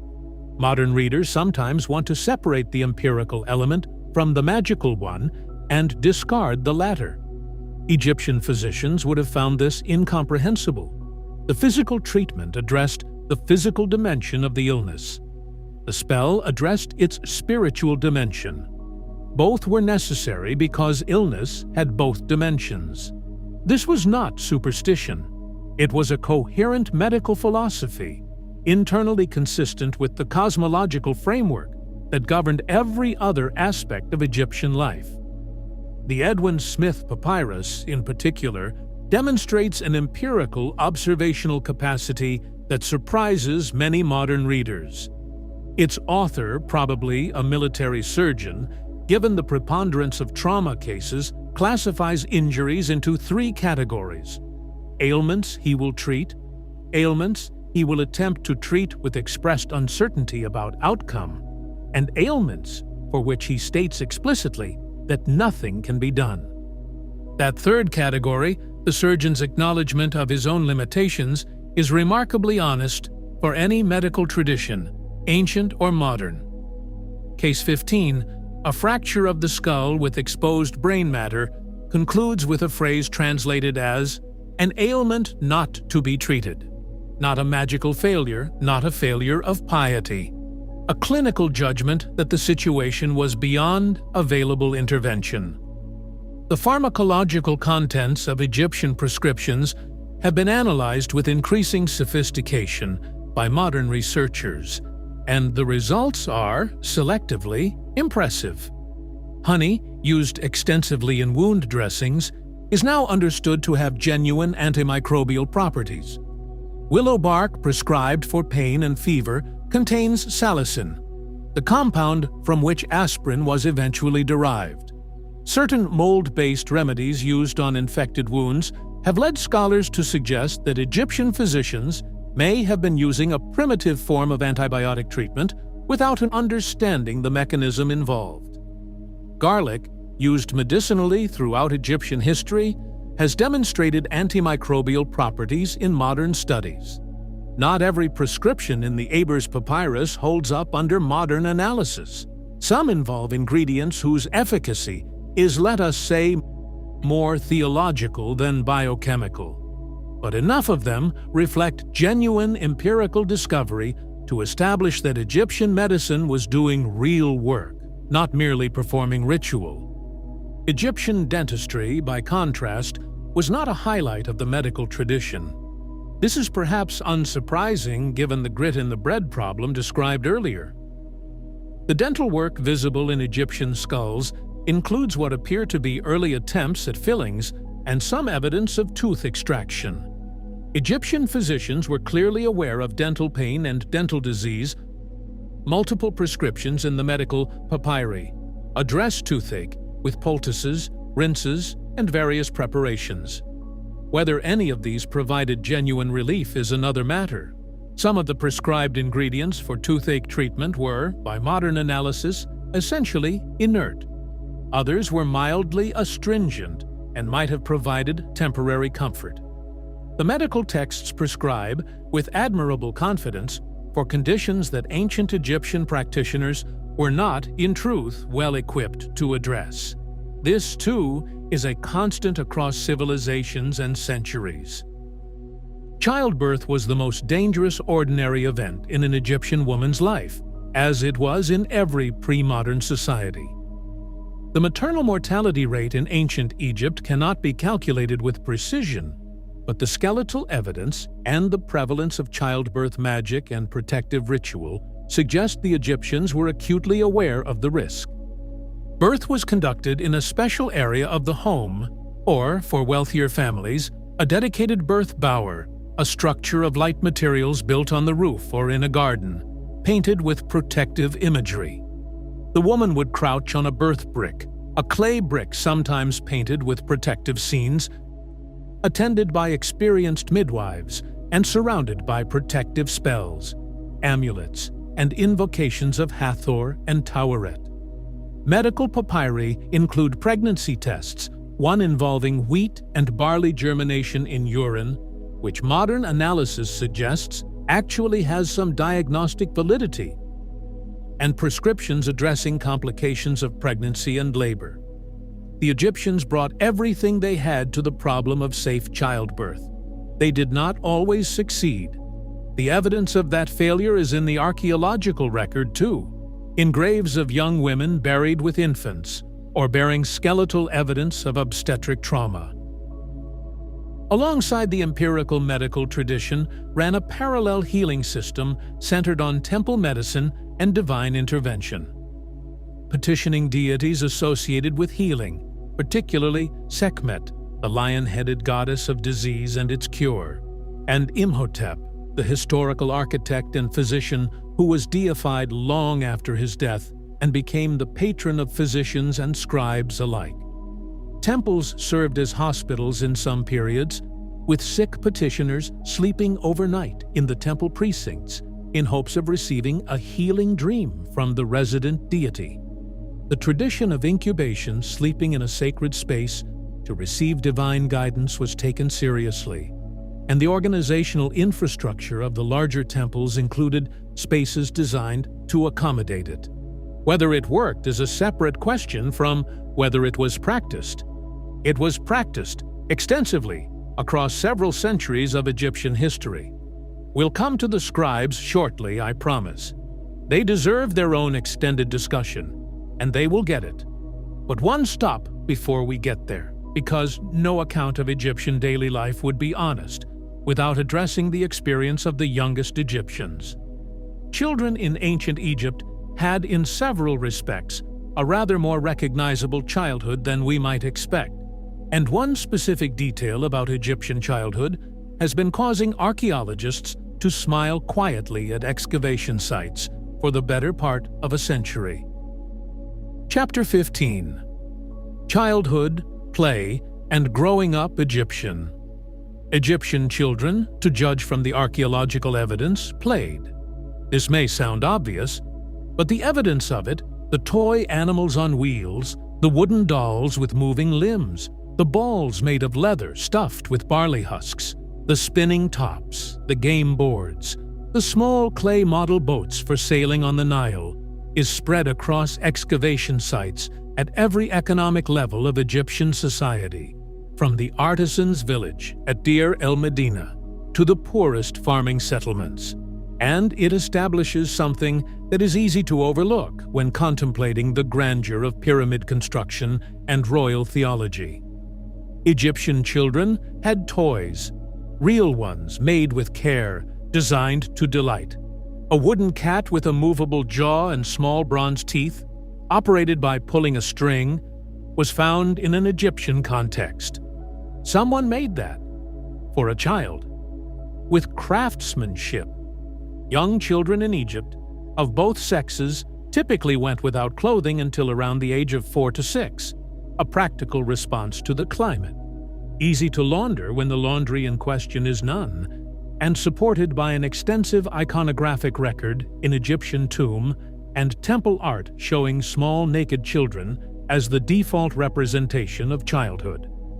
Both boys and girls wore a specific hairstyle, the head shaved except for a long sidelock worn over one ear, the sidelock of youth, which was cut at puberty as part of the transition to adulthood. This hairstyle appears so consistently in Egyptian representations of children that it functions as almost a hieroglyphic shorthand for the concept of childhood itself. The childhood of an Egyptian child diverged dramatically based on a single variable: who their father was. For the vast majority, the children of farmers, fishermen, potters, weavers, and laborers' formal education was not part of the picture. You learned what you needed to know by doing it, alongside the adults who were doing it every day. A farmer's son learned to farm by farming. A weaver's daughter learned to weave by weaving. A fisherman's child learned the Nile, its currents and its temperaments, from years of practical experience on the water. This was not, in the Egyptian view, a deprivation. It was the transmission of essential knowledge through the appropriate channel. Direct practice, under direct supervision, over years of accumulating competence. For the children of scribes, administrators, or senior craftsmen, however, something different was possible. The scribal schools attached to temples and palaces, teaching the written language and the administrative arts, were the entry point to a career that offered, by Egyptian standards, remarkable security and social standing. And admission to these schools was, in practice, largely hereditary. You attended if your father had attended, if he had the connections to arrange it, and if your family could manage the period of your education without your labor contribution to the household economy. These were not trivial barriers, but they were not absolute.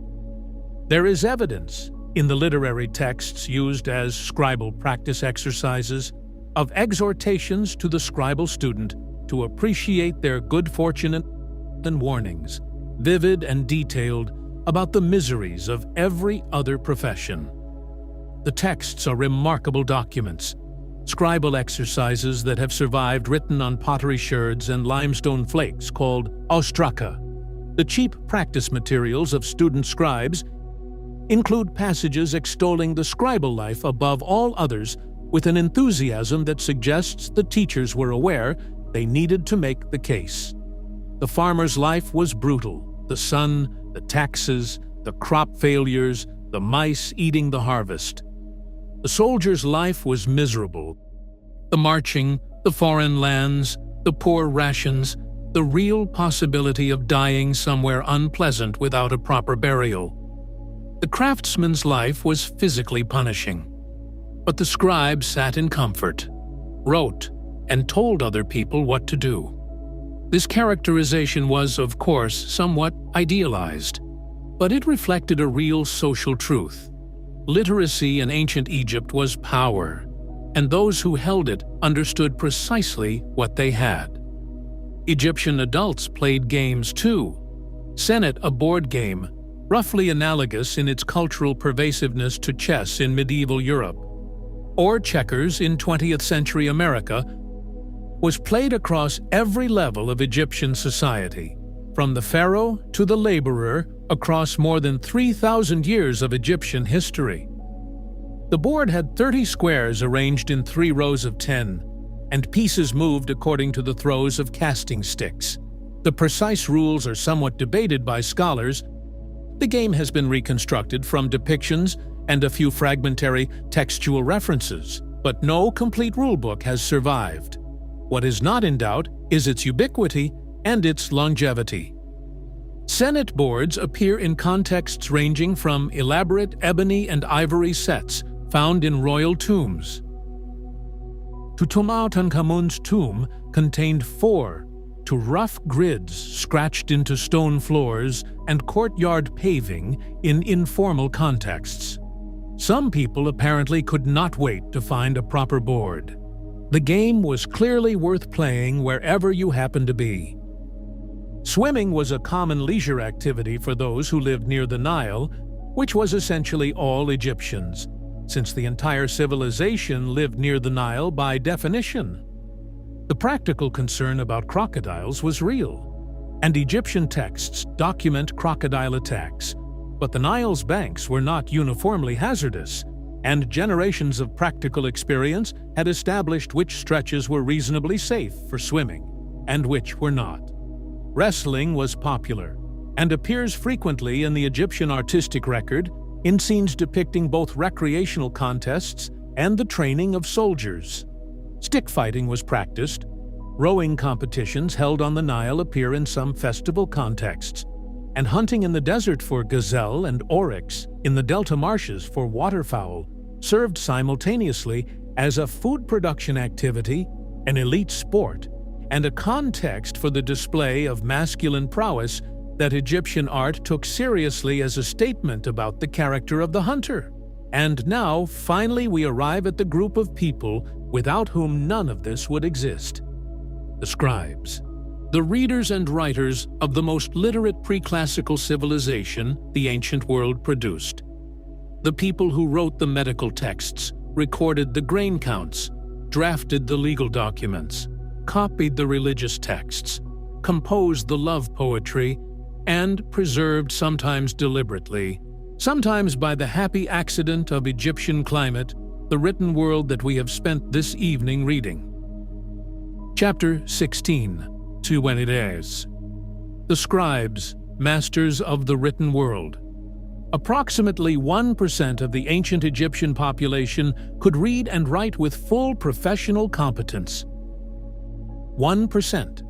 In a civilization of several million people, that is, perhaps 30 to 50,000 fully literate individuals, scribes in the professional sense, managing a paper trail of administrative complexity that encompassed the taxation of millions of parcels of agricultural land, the management of vast temple economies, the record of every building project and military campaign, the preservation of religious and medical knowledge, and the daily operation of a state apparatus that had been running continuously for over 2,000 years by the New Kingdom period.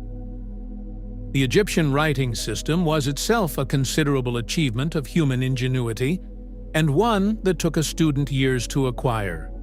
Hieroglyphics, the formal monumental script carved into temple walls and inscribed on objects of lasting importance, comprised over 700 distinct signs in the New Kingdom period, each representing a sound, a concept, or a determinative marker indicating the category of meaning of a nearby word. Reading hieroglyphics required knowing not just the signs but the system, which signs were phonetic, which were ideographic, which were determinatives serving a grammatical rather than phonetic function. Writing them in the monumental form required both that knowledge and the manual skill to produce the signs with the precision that carved stone demanded.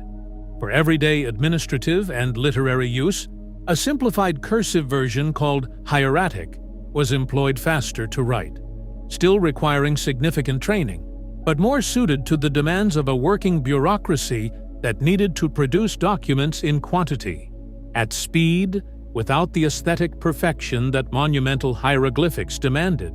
Later still, an even more cursive version called demotic would develop for general administrative and commercial use. The scribe working in a grain office or drafting a legal document was writing hieratic, not hieroglyphics, and doing so with a speed and fluency that came only from years of training and daily practice. The training of a scribe began in childhood and continued for years. Practice exercises that have survived show students copying literary texts, religious texts, wisdom literature, model letters, excerpts from celebrated compositions over and over again on cheap pottery sherds and limestone flakes, to develop both the physical skill and the textual knowledge that a professional career required. Mistakes are visible in these practice texts, corrected in a teacher's hand. Some students' ostraca show the same passage copied dozens of times, the handwriting improving incrementally across the sequence. It is, quite recognizably, the evidence of learning, of the specific, laborious, repetitive process by which a skill moves, from deliberate, effortful performance to fluid, automatic competence. And when that skill was achieved, when a boy emerged from his scribal education into the professional world of Egyptian administration, the door it opened was real. The senior scribes of the royal court held positions of genuine power. The vizier, the pharaoh's chief minister, the highest non-royal office in the Egyptian state, was typically a man whose career had begun at the scribal pallet. The officials who managed the taxation system, the granaries, the military supply chains, the diplomatic correspondence, the legal courts, the temple economies, all of them, at their professional core, were scribes. Men who had mastered the written word and, through it, the primary mechanism by which the Egyptian state organized and understood itself. Among the most celebrated literary compositions that scribal students were required to copy was a text scholars call the Satire of the Trades, a work in which an experienced scribe catalogues, with considerable relish, the miseries of every other profession in Egypt, making the case for the scribal life through vivid contrast. The smith, the satire notes, is covered in soot, and his fingers are like a crocodile's. The stonemason's arms are destroyed by the work. The farmer is exhausted, beset by insects, and at the mercy of the tax collector. The soldier marches through terrible places and may never come home.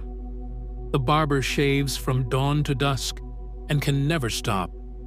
Against all of this, the scribe sits. The scribe commands. The scribe does not do physical labor. The scribe tells others what to do. The Egyptians, it seems, invented the attitude that the office job represents a kind of triumph considerably earlier than the modern era. Those who spent their working lives in offices or watched the world change from physical labor toward desk-based work will perhaps find this particular Egyptian perspective rather familiar. The specific technologies changed. The underlying human attitude toward working with the pen rather than the plow appears to have been a constant. We are approaching the end of tonight's journey.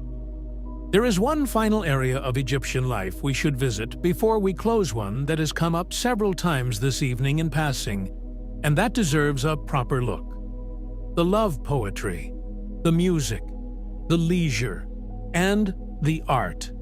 Because in all the talk of grain counts and funeral rites and scribal examinations, it would be easy to miss the fact that ancient Egyptians also fell in love, sang songs, played music, wrote poetry of surprising tenderness, and experienced the full range of ordinary human emotion with a completeness that 3,000 years have done nothing to diminish.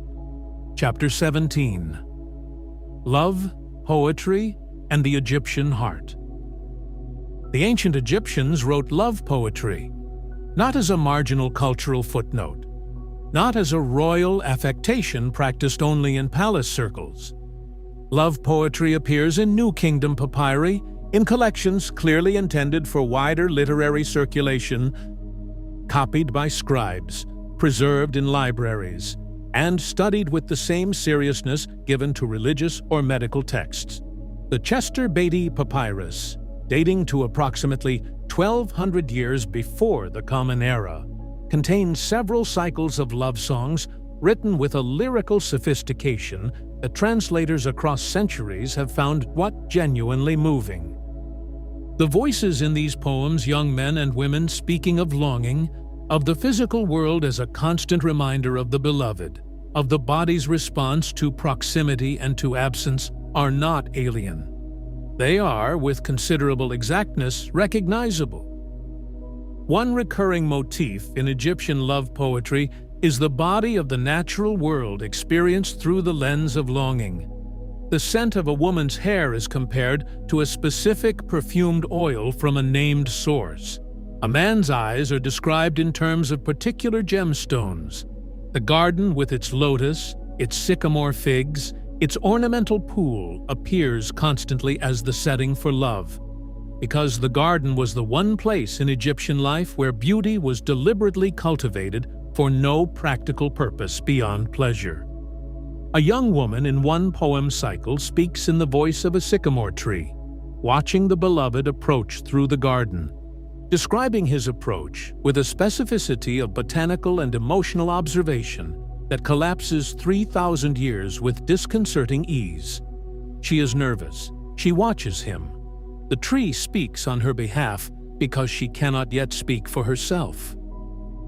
The physical world in these poems is suffused with emotional meaning in a way that feels entirely modern.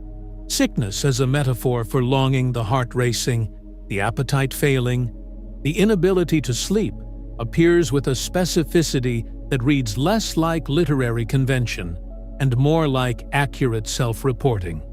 One poem describes a young man so overwhelmed by the proximity of his beloved that he cannot eat the food placed before him, cannot maintain a coherent thought, experiences a physical response to her presence that he describes with the careful precision of someone who is genuinely bewildered by what is happening to his body and is attempting to document it honestly. These poems were not composed in isolation. They were composed in a literary culture that valued them, copied them, and preserved them. The fact that they survive at all, that someone, in the Egypt of 1200 years before the Common Era, thought these love songs worth the cost of the papyrus, tells us something about how the Egyptians valued the articulation of inner life. They were not a people who considered emotion a private and untransmittable experience. They were a people who believed that the inner life, carefully expressed, was worth preserving alongside the grain counts and the architectural calculations and the medical prescriptions. The full spectrum of human experience deserved documentation, even the part that made you forget to eat your dinner. Egyptian marriage, it should be said, was not a religious ceremony in the formal sense. There was no temple ceremony, no priestly benediction, no official legal contract specifically recording a marriage in most periods of Egyptian history. A couple became married by setting up a household together, by the woman moving into the man's home, or by them establishing a new home, and by the community understanding them to be married. Property arrangements might be recorded in documents, particularly if there were significant assets involved, but the act of marriage itself was a social fact, recognized by the community, not a legal or religious one requiring institutional sanction. Love marriages appear to have been common among ordinary Egyptians, or at least the literary and artistic evidence suggests that affection between spouses was culturally valued and expected. Tomb art depicting the deceased husband and wife frequently shows them in poses of domestic tenderness, the wife's arm around the husband's shoulders, hands held. The couple positioned with the ease of people who are genuinely comfortable in each other's company. Whether all Egyptian marriages achieved this is another matter, but that it was the ideal is clear. The ideal Egyptian wife in the literary and wisdom texts was not primarily a figure of submission. She was competent, resourceful, affectionate, and the linchpin of a household's practical functioning. The ideal Egyptian husband in the same texts was expected to honor and provide for his wife, to treat her with respect, and to avoid behavior that would bring shame on the household. These were the aspirational standards. They were not always met. The divorce records, yes, there are divorce records, because Egyptian women could initiate divorce, as well as men document the failure of these standards with the kind of specific detail that 3,000 years does nothing to soften. Infidelity, neglect, failure to provide, incompatibility. The reasons Egyptians gave for ending marriages were not substantially different from the reasons given today. The mechanisms for ending them were considerably more straightforward. State the intention before witnesses, divide the property according to established principles, and the marriage was over. Those of you who remember when divorce was genuinely difficult, when it required sustained legal effort and carried real social stigma, might find the Egyptian approach either refreshingly sensible or somewhat alarming, depending on your perspective. I'd be genuinely curious which way the audience lands on that one. Comments are open. Chapter 18: Music, Art, and the Life of the Senses.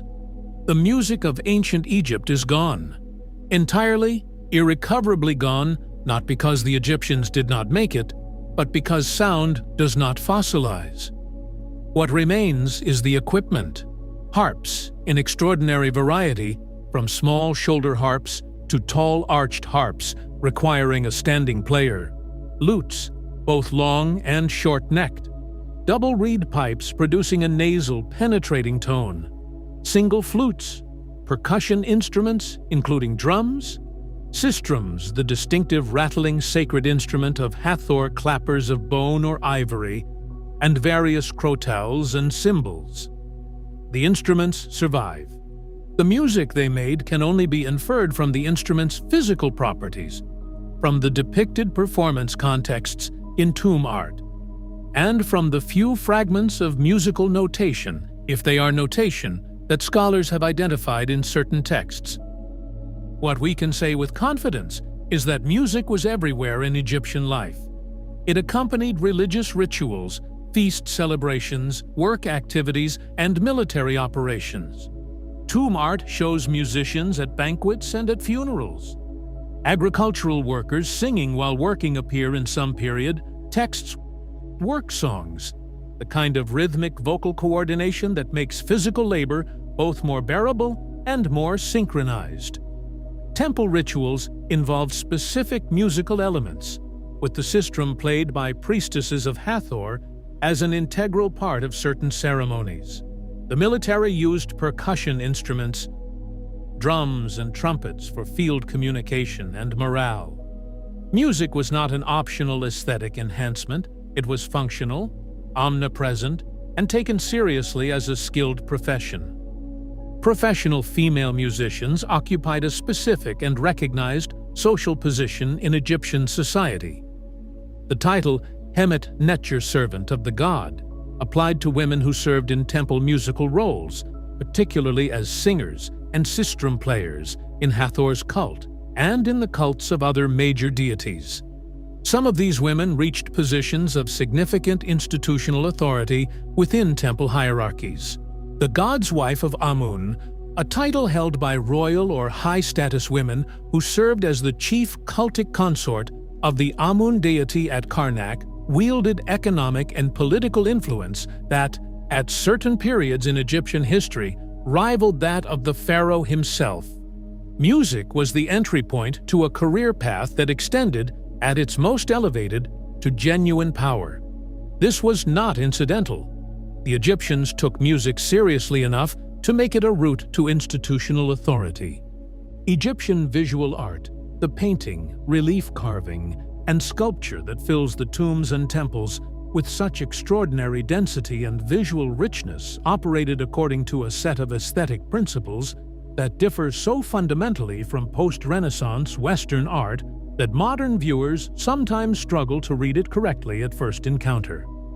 The figures in profile, with their frontal eyes and shoulders set against sideways-facing legs, are not the result of technical limitation.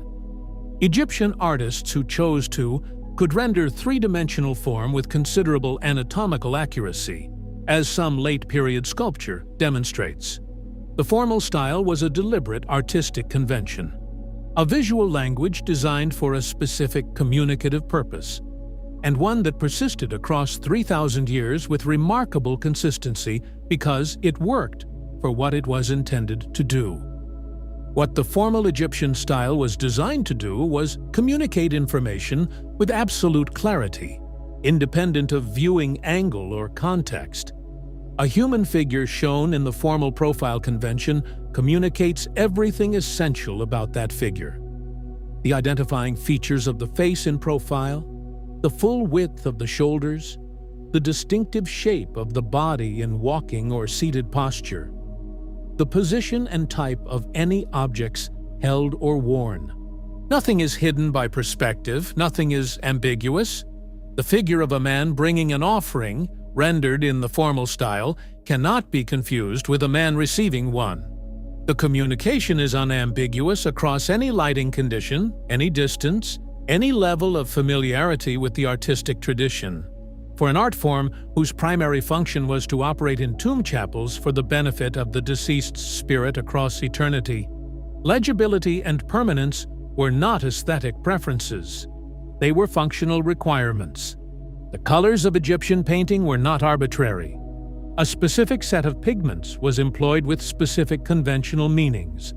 Red ochre rendered male skin tones. Egyptian men depicted themselves as darkened by outdoor exposure. Yellow ochre rendered female skin tones. Egyptian women depicted with lighter skin, reflecting conventions about their relative outdoor exposure. Black was used for hair, for outlines, for certain deity figures and ritual objects. Blue, made from ground lapis lazuli, or the artificially produced Egyptian blue, the world's first synthetic pigment, appeared in water, in the sky, in the hair of certain deities, and in a range of decorative elements. White and various greens completed the standard palette. Within these conventions, Egyptian painters worked with considerable technical sophistication, using modeling, overlapping, and scale variation to create images of real compositional power, particularly in the Amarna period, when a brief artistic revolution under Akhenaten produced some of the most naturalistic Egyptian art ever created, before his successors worked somewhat energetically to return things to the established conventions. Sculpture worked in the same general framework. The canonical seated or standing figure, arms at the sides, one foot slightly forward, the body aligned on its central axis with strict bilateral symmetry, was not a failure of imagination. It was a solution to the specific problem of creating an image of a person that could serve as a vessel for their soul's continued habitation. Complete, undamaged, recognizable, permanent. Sculptors working in the formal tradition were not making portraits in the modern psychological sense. They were making containers, objects of specific ritual function. The fact that some of the best Egyptian sculpture also achieves extraordinary aesthetic power, the serene authority of the seated Khafre, the quiet dignity of the village chief, the unnervingly contemporary face of Nefertiti, is a product of genuine artistic skill operating within a demanding functional constraint. The constraint and the skill together produced results that still stop people in their tracks in museum galleries 3,000 years after the sculptor put down the chisel. The craftsmen who produced this work, the painters, sculptors, carpenters, goldsmiths, and jewelers whose collective output fills the world's great museums, were regarded in Egypt as skilled professionals, not artists in the modern romantic sense of inspired individual genius. Their work was valued for its technical excellence and its correct execution of established conventions, not for its novelty or personal expression.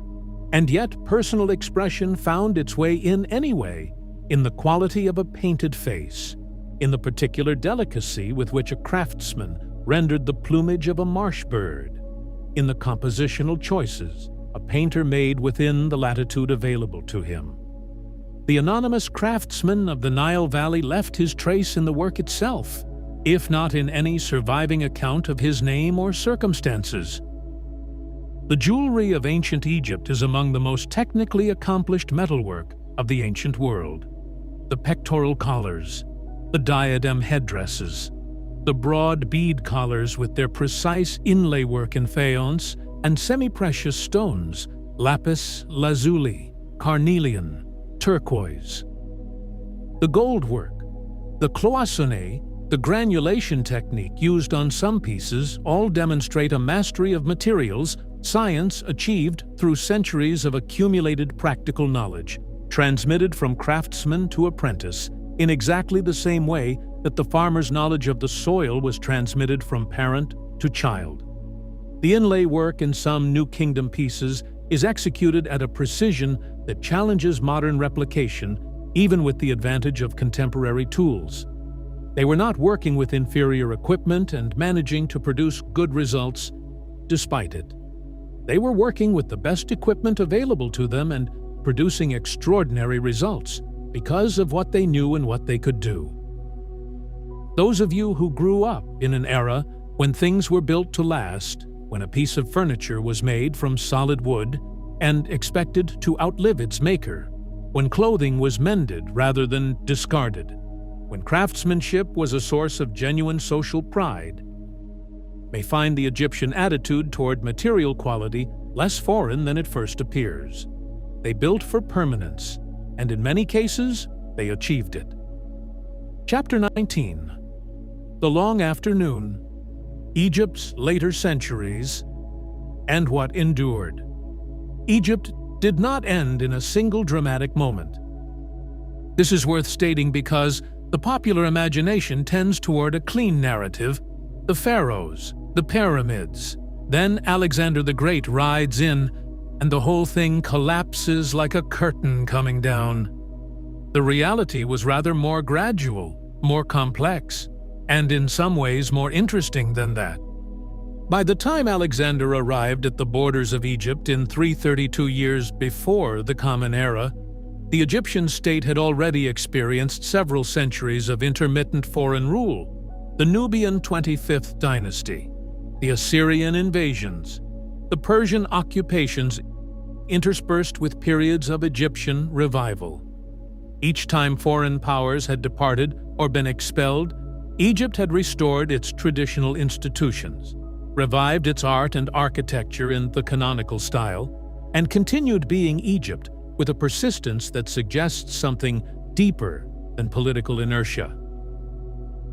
The late period temples, those built in the final centuries of pharaonic rule, when Egypt was nominally under Persian or later Greek Ptolemaic administration, are not, to the untrained eye, distinguishable from temples built 1,000 years earlier.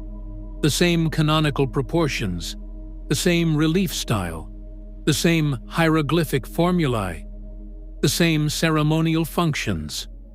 The later pharaohs, including the Greek Ptolemaic rulers who governed Egypt after Alexander's conquest, and who were, by any objective measure, Macedonian Greeks, adopted Egyptian religious practice, took Egyptian throne names, had themselves depicted in the formal pharaonic style on temple walls, and commissioned Egyptian temples at a pace that rivals the greatest building periods of the New Kingdom. Cleopatra VII, the famous Cleopatra, the last of the Ptolemaic rulers, was the first member of her dynasty who actually bothered to learn Egyptian. But she learned it, and she learned the other languages of her diverse kingdom, because she understood that governing Egypt required meeting Egypt on its own terms. Egypt under the Ptolemies was a hybrid civilization of real vitality. Alexandria, the city Alexander founded on the Mediterranean coast, which became the Ptolemaic capital, was home to the famous library, the intellectual center of the Hellenistic world, which at its height held an estimated 400,000 to 700,000 scrolls. Egyptian scholars contributed to the library's collections. Greek scholars translated Egyptian religious texts. The Rosetta Stone, the bilingual decree, that allowed the Jean-François Champollion to crack the hieroglyphic code in the 19th century was produced under Ptolemaic rule, written in 3 scripts: hieroglyphics, Demotic Egyptian, and Greek, because all 3 were necessary to communicate with different segments of the population.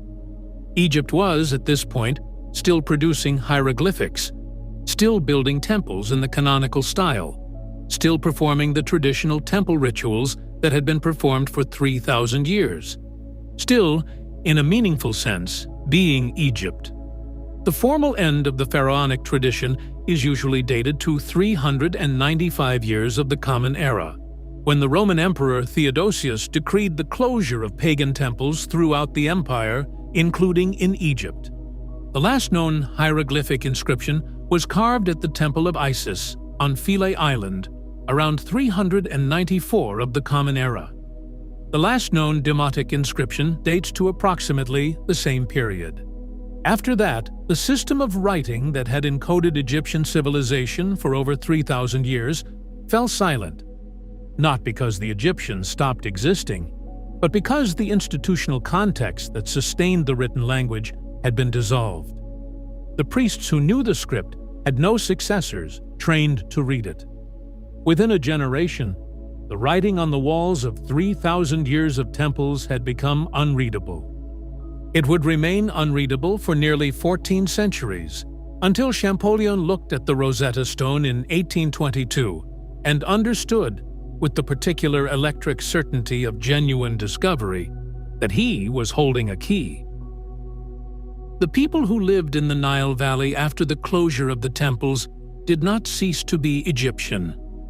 The descendants of the farmers and craftsmen and scribes we have spent this evening with continued to live along the Nile, to speak a form of Egyptian that eventually became the Coptic language, to farm the same black silt land, to orient their lives around the same river's rhythms. They converted to Christianity with a thoroughness and an early date that distinguished Egypt as one of the first Christian nations in the world. Some of their religious artwork, the Coptic icons and manuscript illustrations of early Christian Egypt, carries unmistakable visual echoes of the formal Egyptian artistic tradition. The same frontality, the same large symbolic eyes, the same gold backgrounds substituting for the formal Egyptian registers. The style transformed, the cultural memory persisted. The Arab conquest of Egypt in 642 of the Common Era brought another transformation: the Arabic language, the Islamic faith, and a new political framework that has largely defined Egyptian culture to the present day. And yet, the Nile still floods, though now managed by the Aswan High Dam rather than the ancient Nilometer stations. The Black Silt still defines the agricultural land. The same fundamental geography that shaped Egyptian civilization for 3,000 years continues to shape the lives of people who live along the same river today. The Deshret, the Red Land, the desert, still begins exactly where the cultivated ground ends, still with the same abrupt, ruled line precision that struck ancient Egyptians as the foundational definition of their world. Some things, it turns out, are genuinely durable. The continuity is not merely geographical.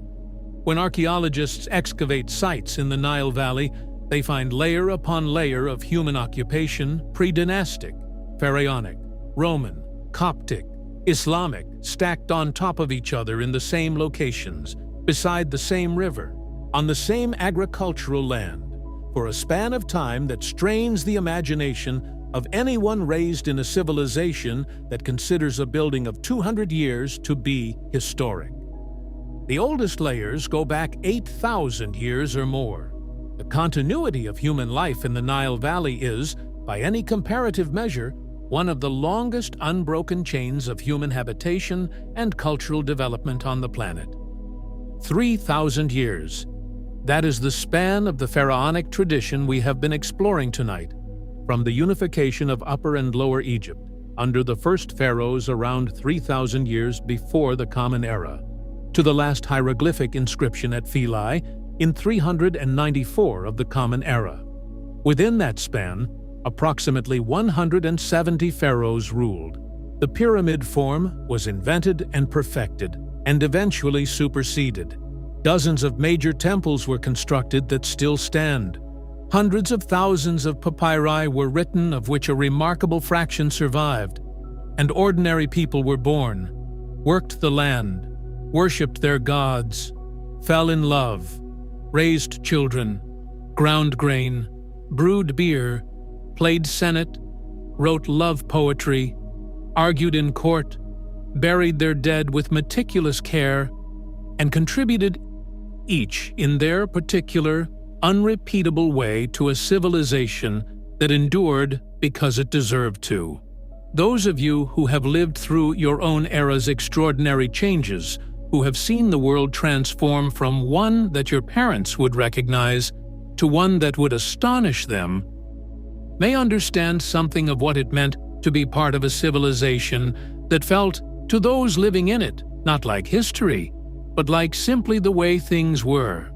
I'd be very glad to hear your thoughts on that, or on anything tonight's journey brought to mind, in the comments below. Chapter 20. What Egypt Gave the World. Legacy Across the Millennia. There is a temptation, when coming to the end of a journey through ancient Egypt, to treat it as a closed chapter. A magnificent, improbable civilization that rose, flourished, and eventually became absorbed into the wider story of human history. Something preserved behind glass in museums. Something to be appreciated from a respectful distance. This is the wrong way to think about it. The Egyptian solar calendar, 12 months of 30 days, with 5 intercalary days at the year's end, was the direct ancestor of the Julian calendar, instituted by Julius Caesar in 46 years before the Common Era, which was itself the direct ancestor of the Gregorian calendar that governs modern life. The calendar you consult when you schedule a doctor's appointment or mark a grandchild's birthday descends, through a chain of revisions and refinements, from the calendar ancient Egyptians built around the rising of Sirius and the flooding of the Nile. The year's fundamental architecture, 365 days divided into months, organized around a solar cycle, is an Egyptian invention. The Egyptian contribution to mathematics was foundational. The Rhind mathematical papyrus, dating to approximately 1650 years before the Common Era, but preserving material from centuries earlier, demonstrates Egyptian competence in arithmetic, geometry, and practical calculation well in advance of what was once assumed for the period. Their calculation of the area of a circle used an approximation of pi accurate to within 1%. Their understanding of right-angle geometry, essential for the accurate construction of pyramids and temples, predated Pythagoras by over 1,000 years. The surveying techniques they developed for re-establishing field boundaries after each annual inundation, because the flood erased every marker, every boundary stone, every visible line of demarcation between one farmer's land and another's, required a practical working geometry that, once systematized, became part of the intellectual inheritance of the ancient Mediterranean world. Medicine passed from Egypt into the Greek medical tradition with a directness that ancient Greek writers acknowledged and later Western historiography sometimes minimized. Hippocrates, traditionally credited as the father of Western medicine, lived and possibly studied in Egypt. The corpus of Greek medical texts that forms the foundation of the Western medical tradition drew substantially on Egyptian medical knowledge, including the observational methodology visible in the Edwin Smith Papyrus, the pharmacological knowledge contained in the Ebers Papyrus, and the Egyptian practice of treating the body as a system of interconnected channels, a concept that maps imperfectly but recognizably onto later anatomical thinking. The trajectory from the Egyptian physician reading his papyrus by oil lamp in a Nile Valley temple to the physician reading a medical chart in a modern hospital is long and indirect and passes through many hands. but it does not break. The concept of monumental state architecture, the deliberate use of enormous built structures to express divine authority, civic power, and cultural permanence, passed from Egypt into the classical world, with a clarity visible in the columns of the Parthenon, in the obelisks that Roman emperors transported to Rome, with enormous effort and considerable national pride, in the Washington Monument, in the neoclassical architecture of every capital city that wanted to communicate seriousness and permanence through stone. The Romans were so impressed by Egyptian obelisks that they moved 13 of them to Rome. They are still there, standing in Roman piazzas, still inscribed with the hieroglyphic names of pharaohs who died 3,000 years before the Renaissance, still orienting themselves toward the Egyptian cardinal directions they were built to honor. The concept of writing itself, not the specific Egyptian system, but the idea that a system of marks can encode spoken language and preserve it across time and distance, spread from the ancient Near East, of which Egypt was a crucial part, into virtually every writing tradition the world has subsequently developed. The Phoenician alphabet that gave rise to Greek, which gave rise to Latin, which gave rise to the script, these words are written in the unbroken chain of alphabetic descent that connects the keyboard to the ancient Mediterranean, runs through a world in which Egyptian scribal culture was one of the defining intellectual forces. When Champollion decoded the Rosetta Stone and read the hieroglyphics for the first time in nearly 14 centuries, he was not recovering a dead curiosity. He was reconnecting a broken link in a chain that had been running through human civilization since before recorded memory. And there is something else that Egypt gave the world, something quieter than calendars and mathematics and monumental architecture, but perhaps more fundamental than any of them.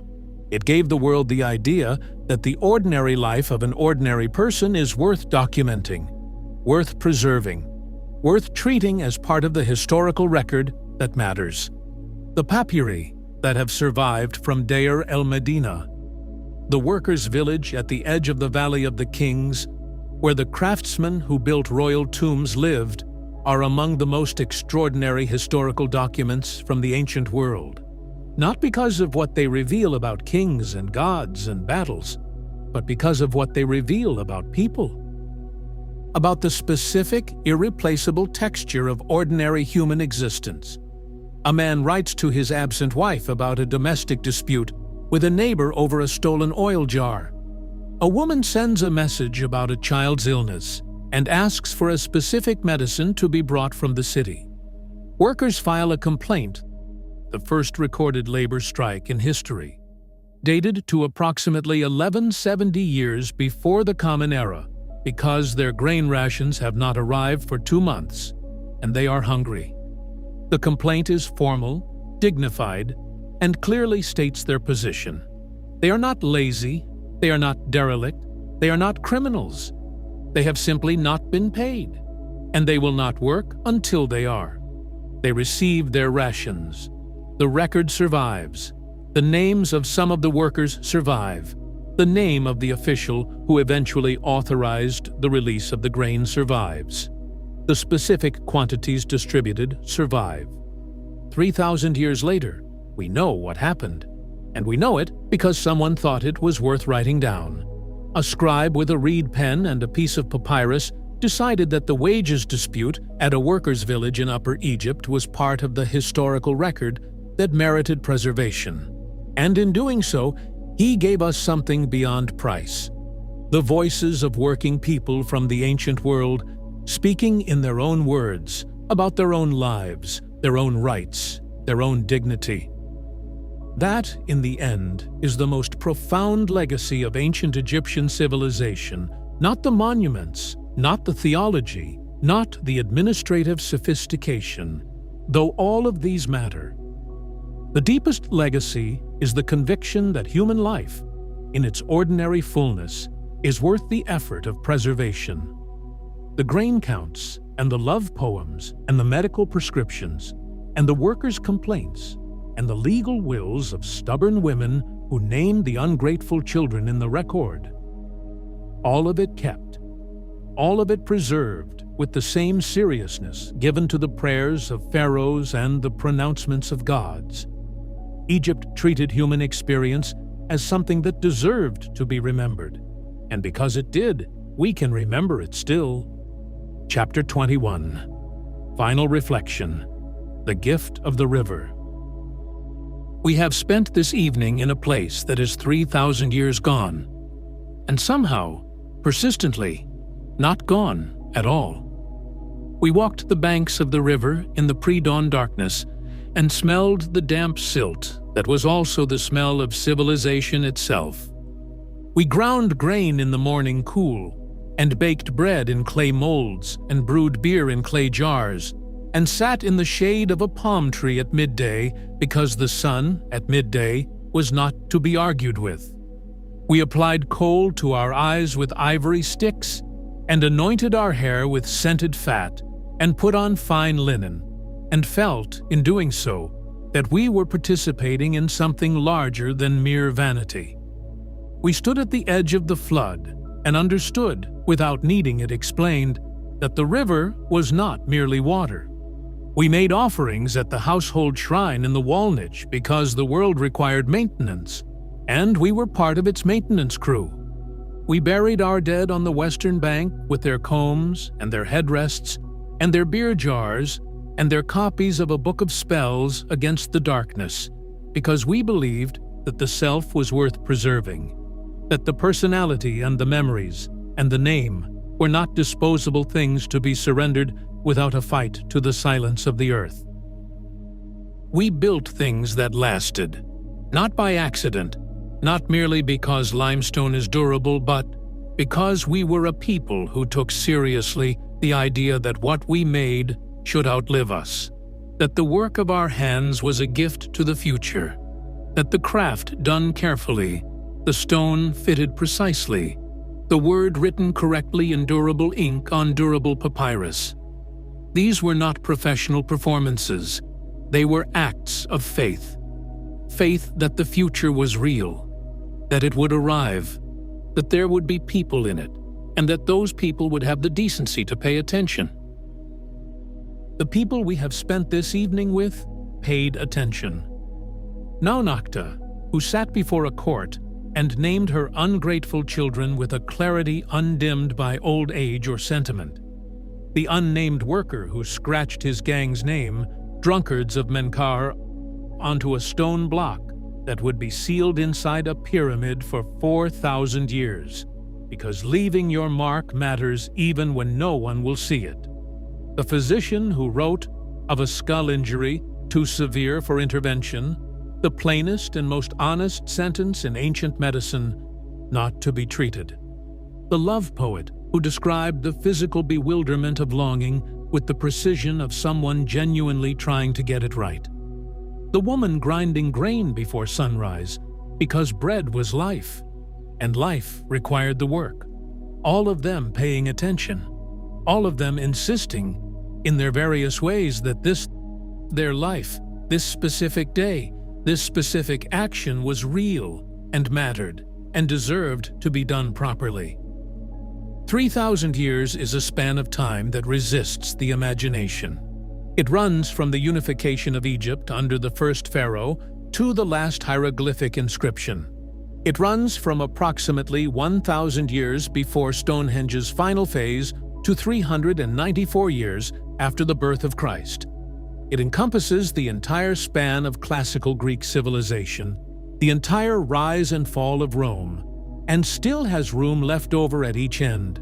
It is, by the standards of recorded human history, an almost incomprehensible duration for a single civilization to maintain its essential character, its religious framework, its artistic conventions, its administrative systems, its language, and its fundamental relationship with a single river. And then it ended. Not in a day, not in a battle, not in a single decisive moment, but gradually, over centuries, through the same process of accumulation and transformation that had sustained it. The language changed. The writing system fell silent. The temples were repurposed, or abandoned, or built over, or preserved by the same desert dryness that had preserved the bodies of the ancient dead. The river continued. The silt continued. The black land and the red land continued, with their absolute ruled line boundary between life and desert, unchanged by the passing of kingdoms and gods. What the Egyptians understood, in their bones, in their theology, in their calendar and their art and their medical texts and their love poems, was that everything good requires maintenance. Ma'at does not sustain itself.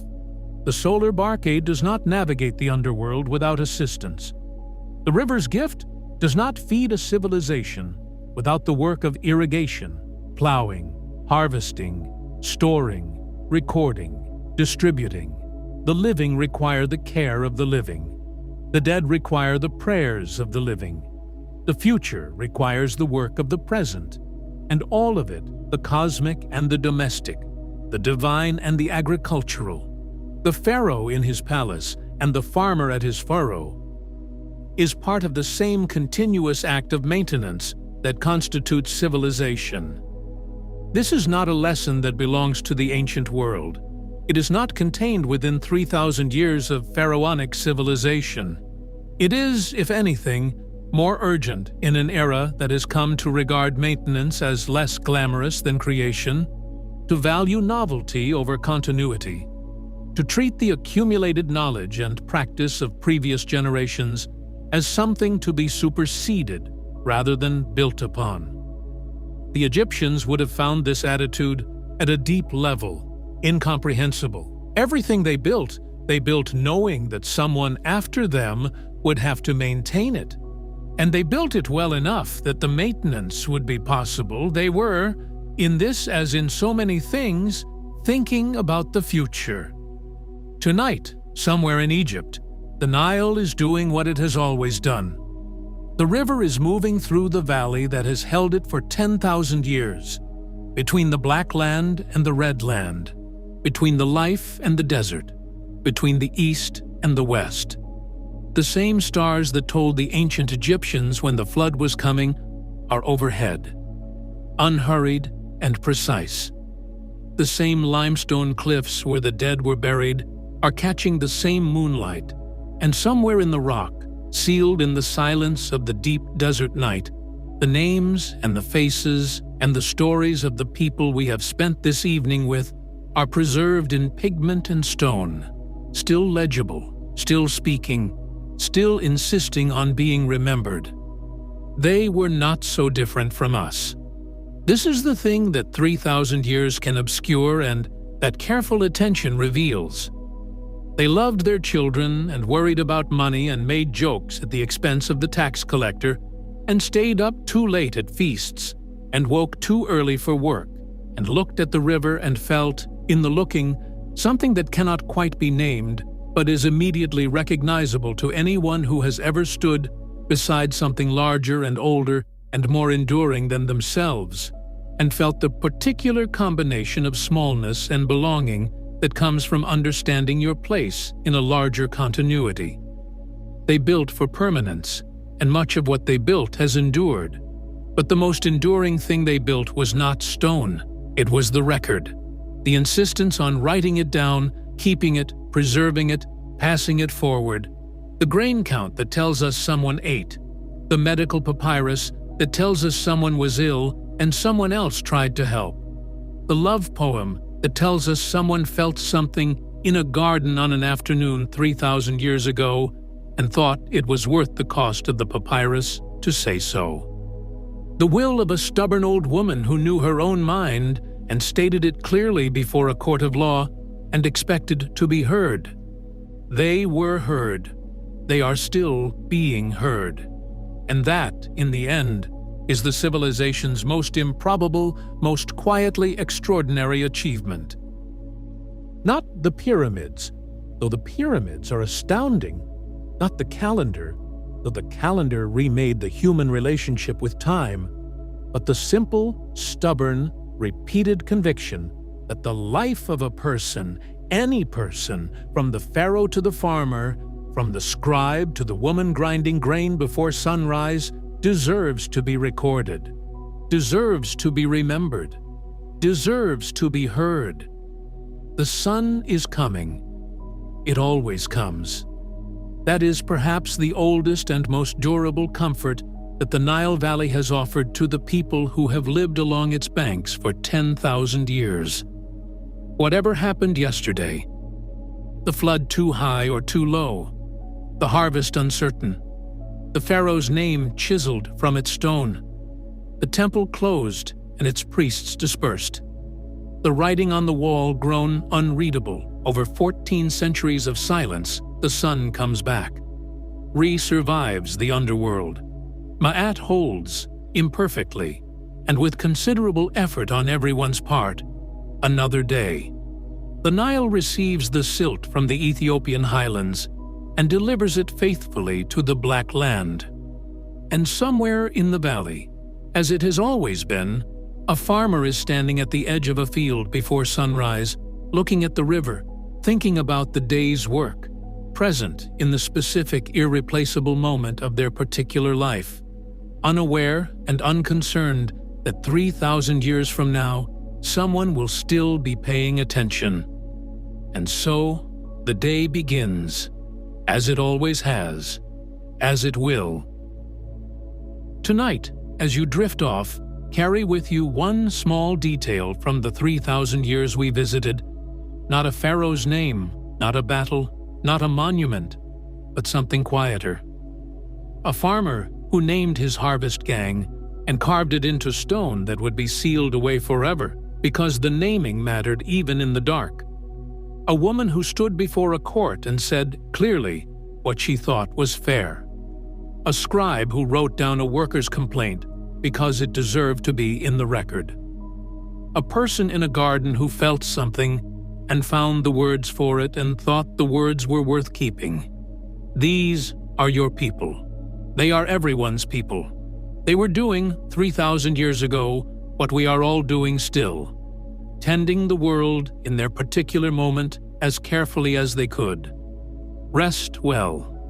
The sun will manage. If tonight's journey brought back anything, memories your parents or grandparents shared about what endures, about what it means to build for the future, about the work of maintaining a world for those who come after, I would be genuinely honored if you shared it in the comments below. Your generation holds a quality of perspective that no amount of historical research can quite reproduce. This has been Boring History. Thank you for spending the night in Egypt with us. We'll see you in the next one. Like, subscribe, and if you know someone who could use a quiet night in ancient Egypt, send it along. Good night.